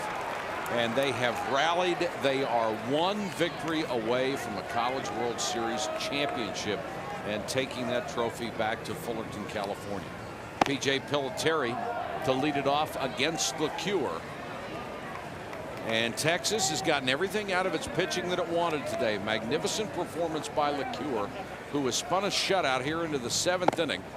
And they've got the bullpen ready. All the guys out there with the great arms that have carried them all season long.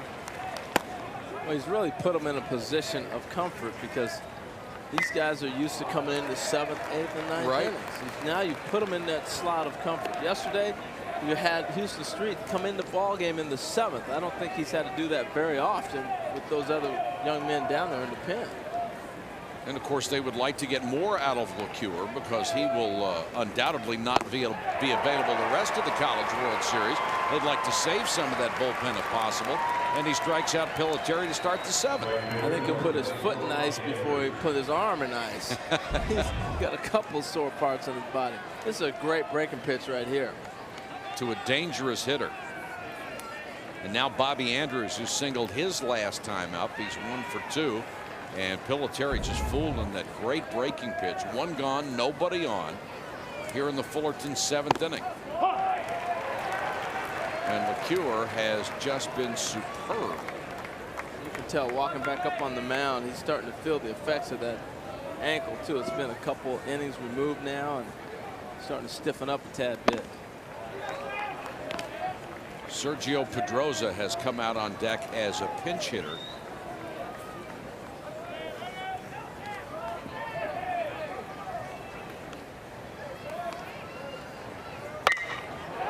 Drilled into left field. Base hit for Andrews. He's 2 for 3. And has 2 of the 5 base hits for the Titans. Play with a sense of urgency. He's just, him and Garcia really been swinging the bats. Amongst the two of those guys have carried this club pretty much the whole College World Series. And to see Coach Holliday flapping his fingers, he's saying go out and talk to him. He's trying to buy some time for that bullpen to get loose. And that's exactly what Teagarden is going to do. Go out and have a little conversation. I think his ankle's sore. He's wandering around, gimpy. It's got to hurt. Oh, it has to. It'll hurt tonight. Texas with the lead if they go on to win. Game 3 will be tomorrow night, 7 Eastern. And they wanted to get Buck Cody an opportunity to get loose and go face the one left-handed batter. They talked about that early this morning. So that was a plan prior to the situation. They wanted to get Buck Cody a chance to face a left-hander, and Cal State Fullerton's going with a pinch hitter, waiting for him to be announced, and then I think they'll go get Buck Cody. Pedroza, who's standing there with a bat, is a .333 hitter on the year with 7 home runs, so he has some power. And here comes Buck Cody out of the Texas bullpen, and LeCure will get a tremendous hand as he leaves, having tossed a shutout into the 7th inning. Back to Omaha after this.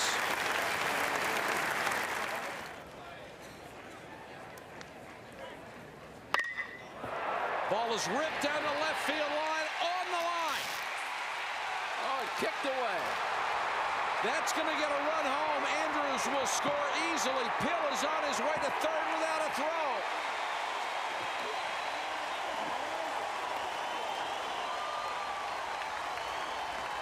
Brett Pill comes through against Cody with a rope down the line.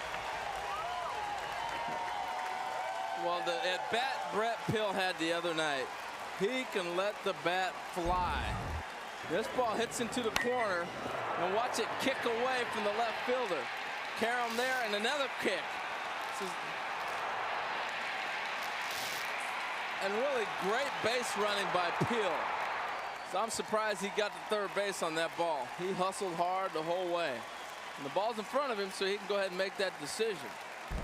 Got away from the left fielder, Hunter Harris, and now Brandon Tripp will come in as a pinch runner with 1 out, and the tying run at third. What a huge pinch hit triple from Brett Pill. And once again, they've hurt the Texas bullpen. Absolutely, and I thought the move was interesting, because they wanted to get that right-hander to the plate, and that was the one opportunity he was going to have to hit. With 1 out, lefty against lefty, the infield is in. Prettyman takes a called strike. Well, any number of possibilities here. Safety squeeze, suicide squeeze.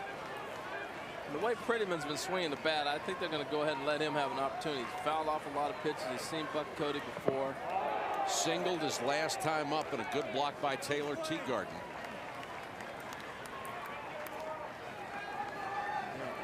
Again, it goes back to Fullerton letting these kids have the confidence to have at bats off of guys all season long. And lefty on lefty doesn't phase him. Cody is on, trying to preserve the lead for LeCure, and this one will skip to the backstop. We're tied at 2. A wild pitch by Cody.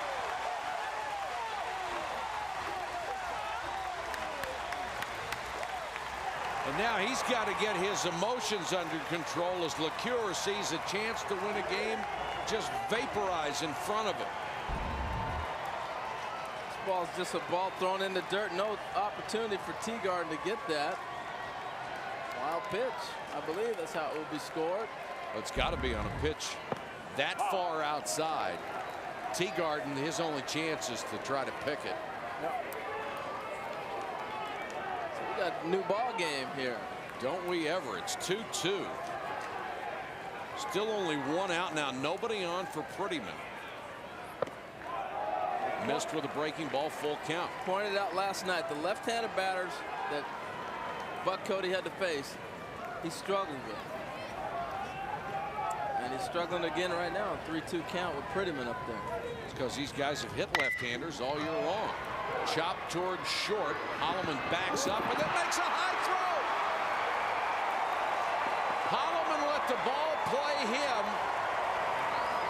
and then gunned it over the first baseman's head. All you can do is put them in the right position, and the players have to play the game. And this is a ground ball right at him. He backed up. He got himself in good position. And he just put a little bit too much on it. Sometimes what happens, Mike, is all of a sudden now you look at that base runner and you see him getting down the line a little faster than you anticipated. You try to put a little bit extra on it, and that's when you let it go, and next thing you know, it ends up in foul territory. Nothing has gone correct for Buck Cody. It's an error on the shortstop, and here comes J. Brent Cox. Fullerton rallying in the bottom of the 7th. They've tied it. They have another runner on. Still only 1 out in the inning. And the 3rd straight blown save opportunity for the Texas bullpen.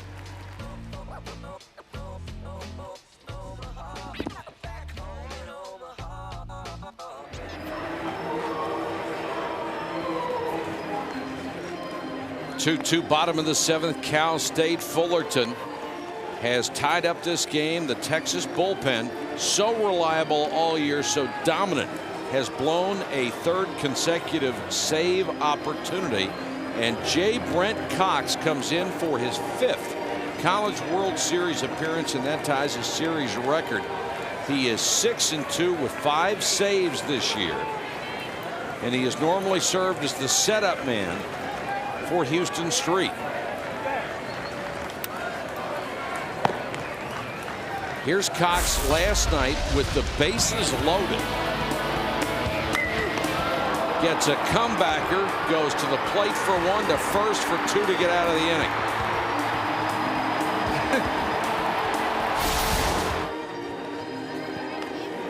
Turned out it didn't matter as Fullerton goes on to win it 6-4. And a little fortune for Cox. That ball was hit hard, happened to be hit right to him. You know, we got so many plots in this game. Remember Blake Davis we were talking about earlier in the series about separated his shoulder playing wiffle ball. Now he's down the line getting loose. Looks like he's going to be coming into the ball game to play defense. I mean, it's crazy. We got everything going on here. The Texas infield, like the bullpen, had been so reliable. 6 errors in the championship series. They have really kicked it around. Now it's up to Cox. And Justin Turner, the top of the order.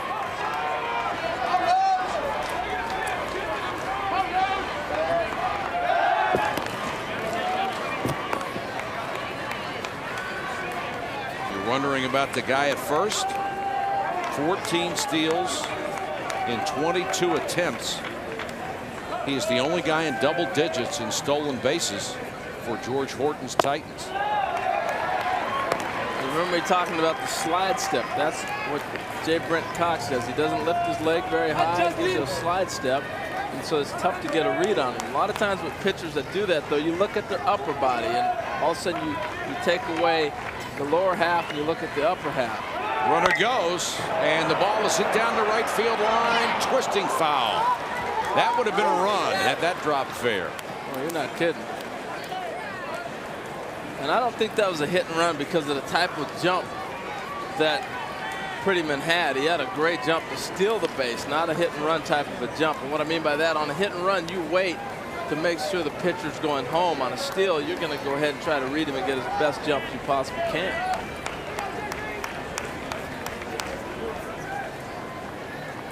Cal State Fullerton with 2 in the bottom of the 7th to tie it. Texas had led 2-0 since the 1st. And an error has the go-ahead run to 3rd. This one is off the fist and through into right field.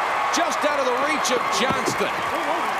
A seeing eye humpback liner that bled into right field. Well, because of the steal attempt before, look at the position he's in. He's got to cover second on a potential steal. Now, the base runner is going to bluff. So the first thing he's going to do is shuffle his feet to go towards the bag. And the ball sneaks through. And the false step was the one step he was short of making that catch. Absolutely. First and second, one out for Fullerton, and now we're getting to the meat of the order. This is Clark Hardman. He has one hit on the day, facing J. Brent Cox. I don't think Fullerton's too worried about the reputation of this Texas pitching staff. Apparently not. Very aggressive, just swinging. Hardman 1 for 3 today, 4 hits in the College World Series. Breaking pitch on the corner for a strike. And to me, that's what makes J. Brent Cox effective, is that slider on an 0-0 count or a 1-0 count that he can drop in the backside of the strike zone. 0-2.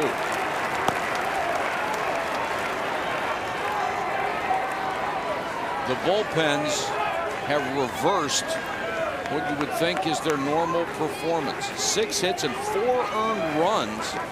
No saves for the Texas bullpen. Cal State Fullerton has been perfect. Wasted a fastball, 1-2. Kurt Suzuki would be next. The heavy hitting catcher who has yet to drive in a run in the College World Series. Could be the biggest one of the series. Could be the one of the series. 2 gone. Cox with a big strikeout.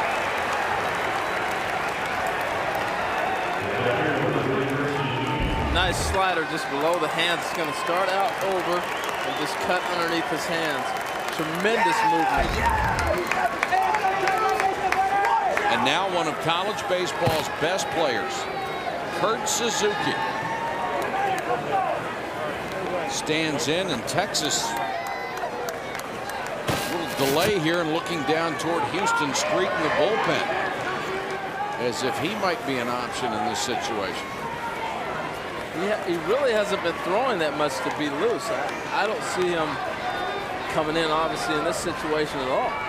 16 home runs, 86 driven in for the season, but 2 for 20 at the College World Series. No long balls, no RBIs. And his opportunity staring him right in the face here. Runners in scoring position, 500 this season, but nothing in Omaha. And his mom and dad, Kathleen and Warren from Maui. He left that island to be a walk-on at Cal State Fullerton, became an All-American. On the corner, 1-1. Wicked pitch from J. Brent Cox. Starting that slider on the outside half of the plate and breaking away. Looks like he's almost like a 2-lane slider type of guy. Right-hander away, left-hander inside. Ripped through into left field. Suzuki with a hit. Here comes Hunter Harris with the throw to the plate. It's not in time, and Fullerton is on top.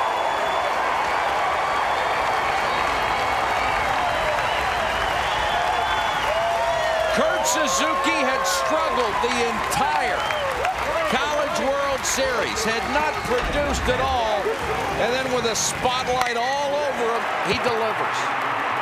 Well, you knew that his opportunity was going to come. He'd come through and have an opportunity to do that. But the outfield, again, playing so deep, there's no way they're going to throw anybody out at the plate on that play.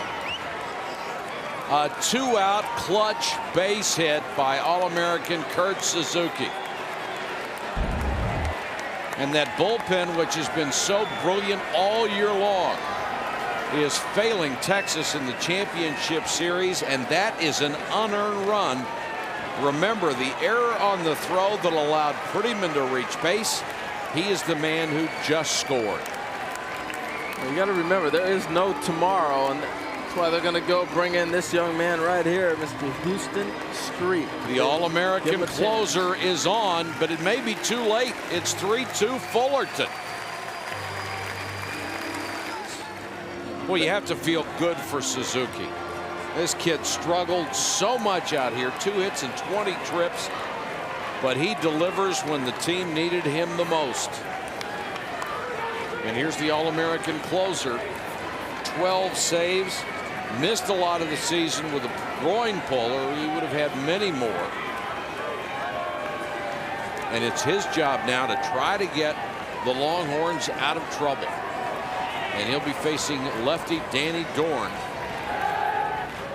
With 2 on and 2 out, Fullerton has put 3 on the board here in the 7th to take the lead. If they hang on to this lead, they win the College World Series over Texas.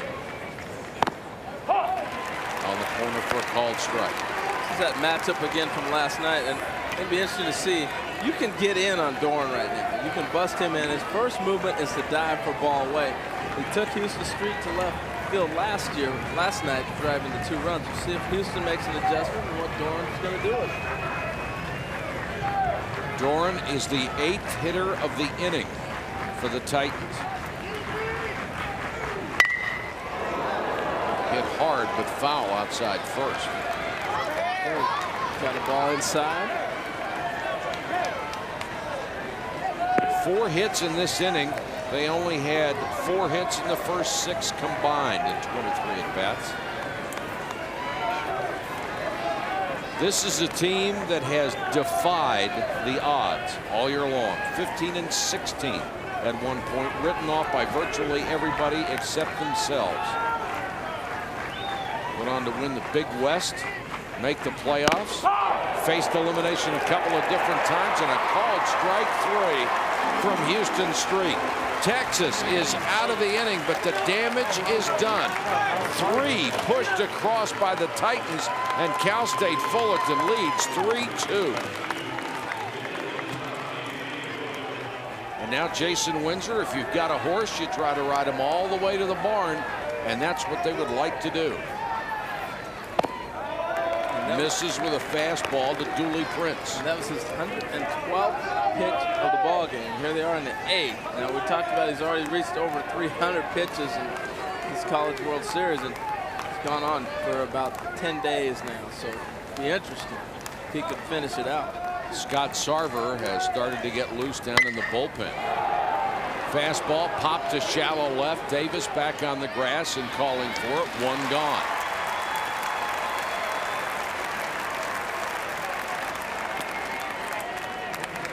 That move that Cal State Fullerton made, as we're looking at Sarver, does not happen unless Davis comes back healthy, because you can't pinch hit for your shortstop right in that situation. There's Sarver, who pitched so brilliantly after being an afterthought on this staff against South Carolina on Thursday. Now he is the thought. Yes, he is. This one's hit in the gap to right center field. Andrews going back on the track and made the catch. A bid for extra bases by Seth Johnston.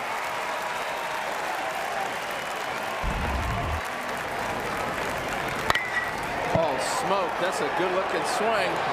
And again, the outfield is the luxury of not having to flip the glasses down, just run after it and go get it. Eliminates a lot of things for outfielders nowadays. Nice play by Andrews, running that ball down.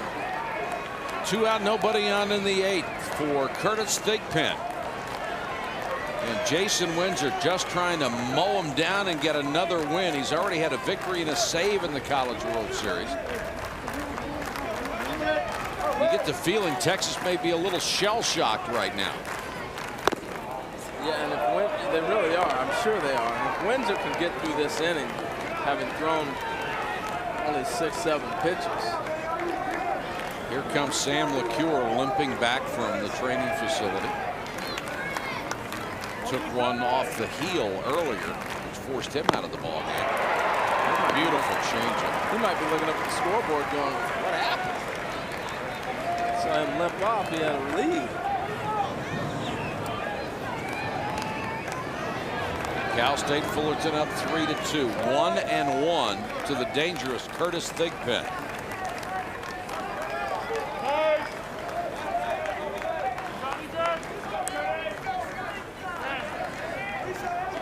It's the beauty of baseball. Cal State Fullerton right now so close they can taste a championship, but it's not over yet. In the dirt, 2-1. Windsor, after struggling through that first inning, has been masterful. He's retired 21 of the last 23. I had him out in the first. Me too. Wasn't about to argue with you. He just couldn't find the strike zone. Wasn't getting much support either.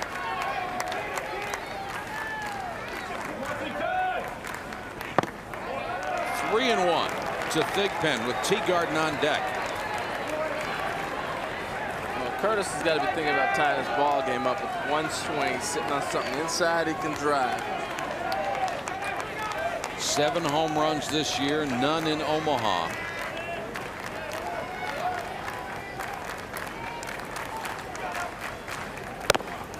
Strike 2 called. Full count to Curtis Thigpen from Jason Windsor. And he just missed that foul ball home run last night. Sure did. Turned on one and crushed it.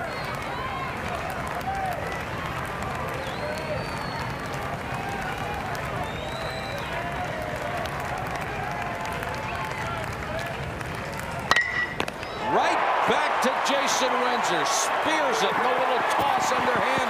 The 8th inning is done. Windsor, a 1, 2, 3 inning. A couple of hard hit balls, but that was it. And we'll go to the bottom of the 8th inning. Cal State Fullerton on top of Texas. 3-2.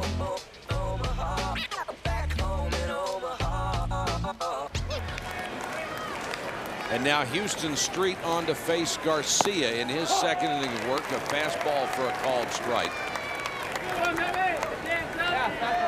Garcia's gone 0 for 3. That drops him under 500 here at the College World Series. Today's the only day they've been able to get him out at all. Rockets this one down the right field line and foul.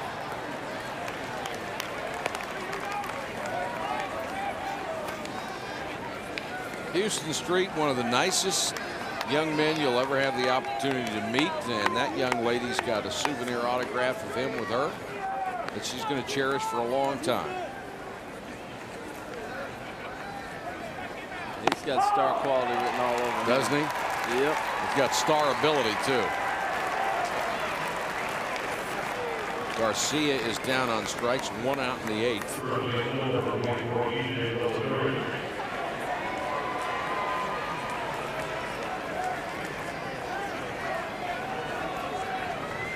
P.J. Piliteri will come in against Houston Street here in the 8th.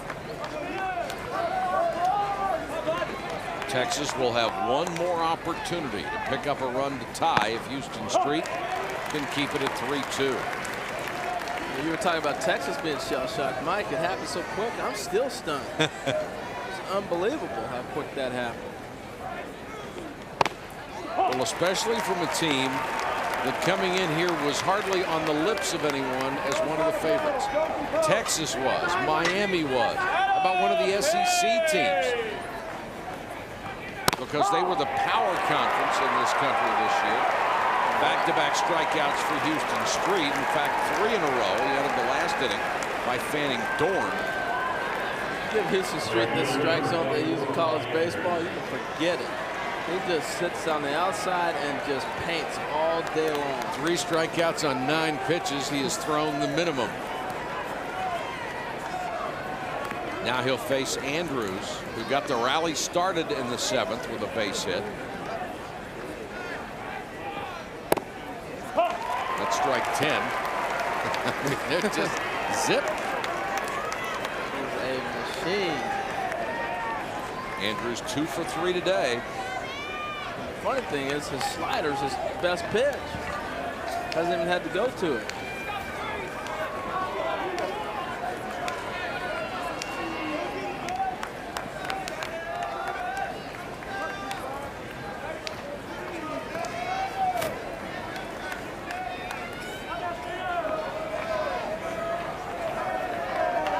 Runs per game, past College World Series champions. 7 is the minimum. Cal State Fullerton this year in the College World Series 4. And they came in hitting .245 as a team with 1 home run. They have won it as a group. They've won it as a team so far. And their philosophy works for them. I mean, they want to bunt, they want to hit and run, they want to put pressure on you. But the key, I think, for this club is they pride themselves in defense. They catch the ball. And their pitching has been sensational. Even when they have gone to that bullpen, which was seen as a weakness coming in, been a major strength when they've been used here in Omaha. Absolutely. 3 balls and 2 strikes to Bobby Andrews.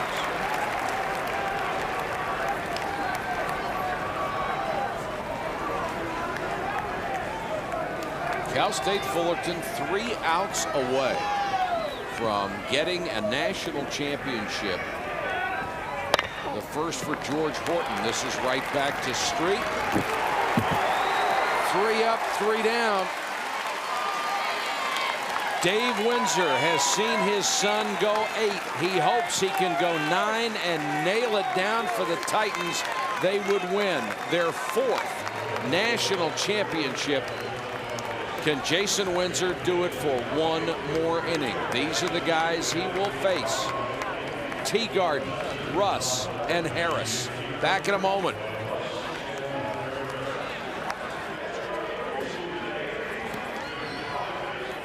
And Windsor goes into the 9th inning looking for his 11th complete game.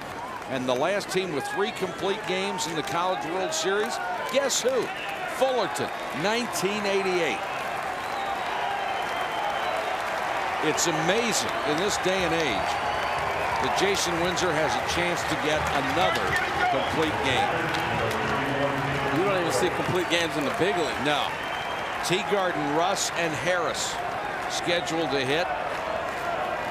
Teagarden has struggled here, but has tremendous power to tie it with 1 swing of the bat.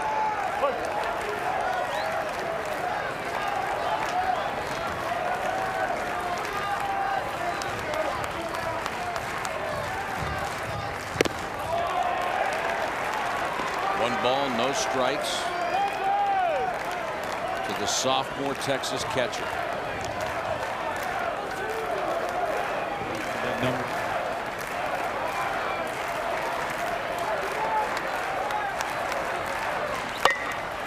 Fastball dumped into left field and caught. Danny Dorn. What a play. Got a great jump, and you know he's playing deep because you don't want doubles to beat you. Nice aggressive play, a little indecision, and just went and got it. I should say no indecision because he knew exactly what he was doing. Danny Dorn saves a base hit to lead off the 9th. 1 gone. Cal State Fullerton 2 outs away from a national championship.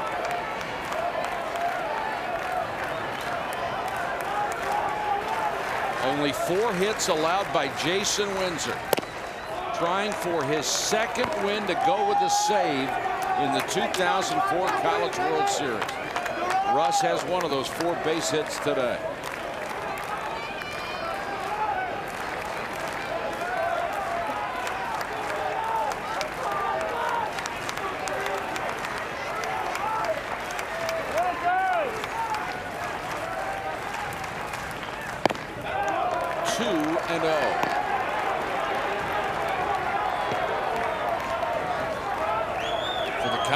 Series, Jason Windsor, 20 in the 3rd innings, 10 hits, 2 runs, 28 strikeouts, 1 complete game, a save, trying to get the 2nd complete game and nail down a title. This one's laced into right field for a base hit for Ryan Russ. The tying run is aboard. He's going to get it. He's going to have to earn it. I tell you, these guys are going to make him work. Texas is not going to roll over for him. Nice piece of hitting by Russ. Just picks one out and hits it through the hole. Fell behind 2-0 and challenged him with a fastball. He hasn't fallen behind too many guys.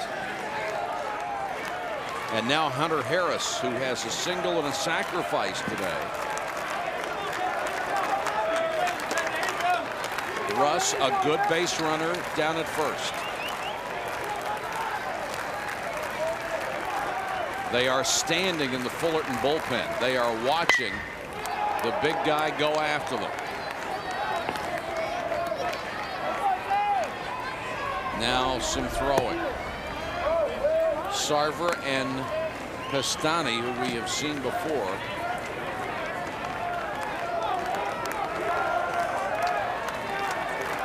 Excuse me, Pastano, who pitched very well in his last appearance. Sarver pitched brilliantly as a starter. Right down the middle. Called strike 2. There's that changeup. He got away from that for the first 2 hitters. And now he came back to that changeup. It just keeps everybody honest on that fastball. He's doubled up on that changeup several times too. Hunter Harrison an 0-2 hole. 1 on, 1 out in the 9th. Texas needs 1 to tie. Struck him out. Talk about doubling up. There it was. Back-to-back changeups.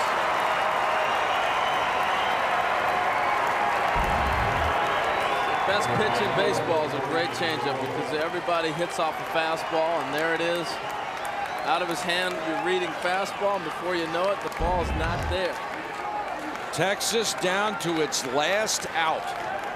5 hits off of Windsor in 8 2/3. 321 total pitches for the College World Series, and he's thinking, I need just maybe 1 more. Fastball to Morrall, hit in the air to straightaway right. Andrews. Cal State Fullerton has done it. They've gone from 15-16 to champions of college baseball.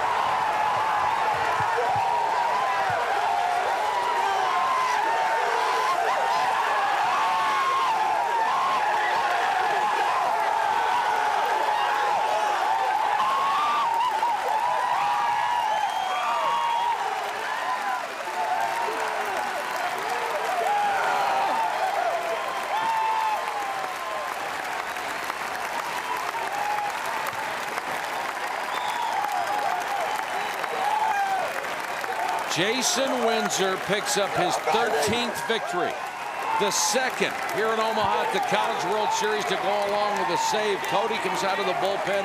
He's tagged with the loss. They are crushed in the Longhorn dugout.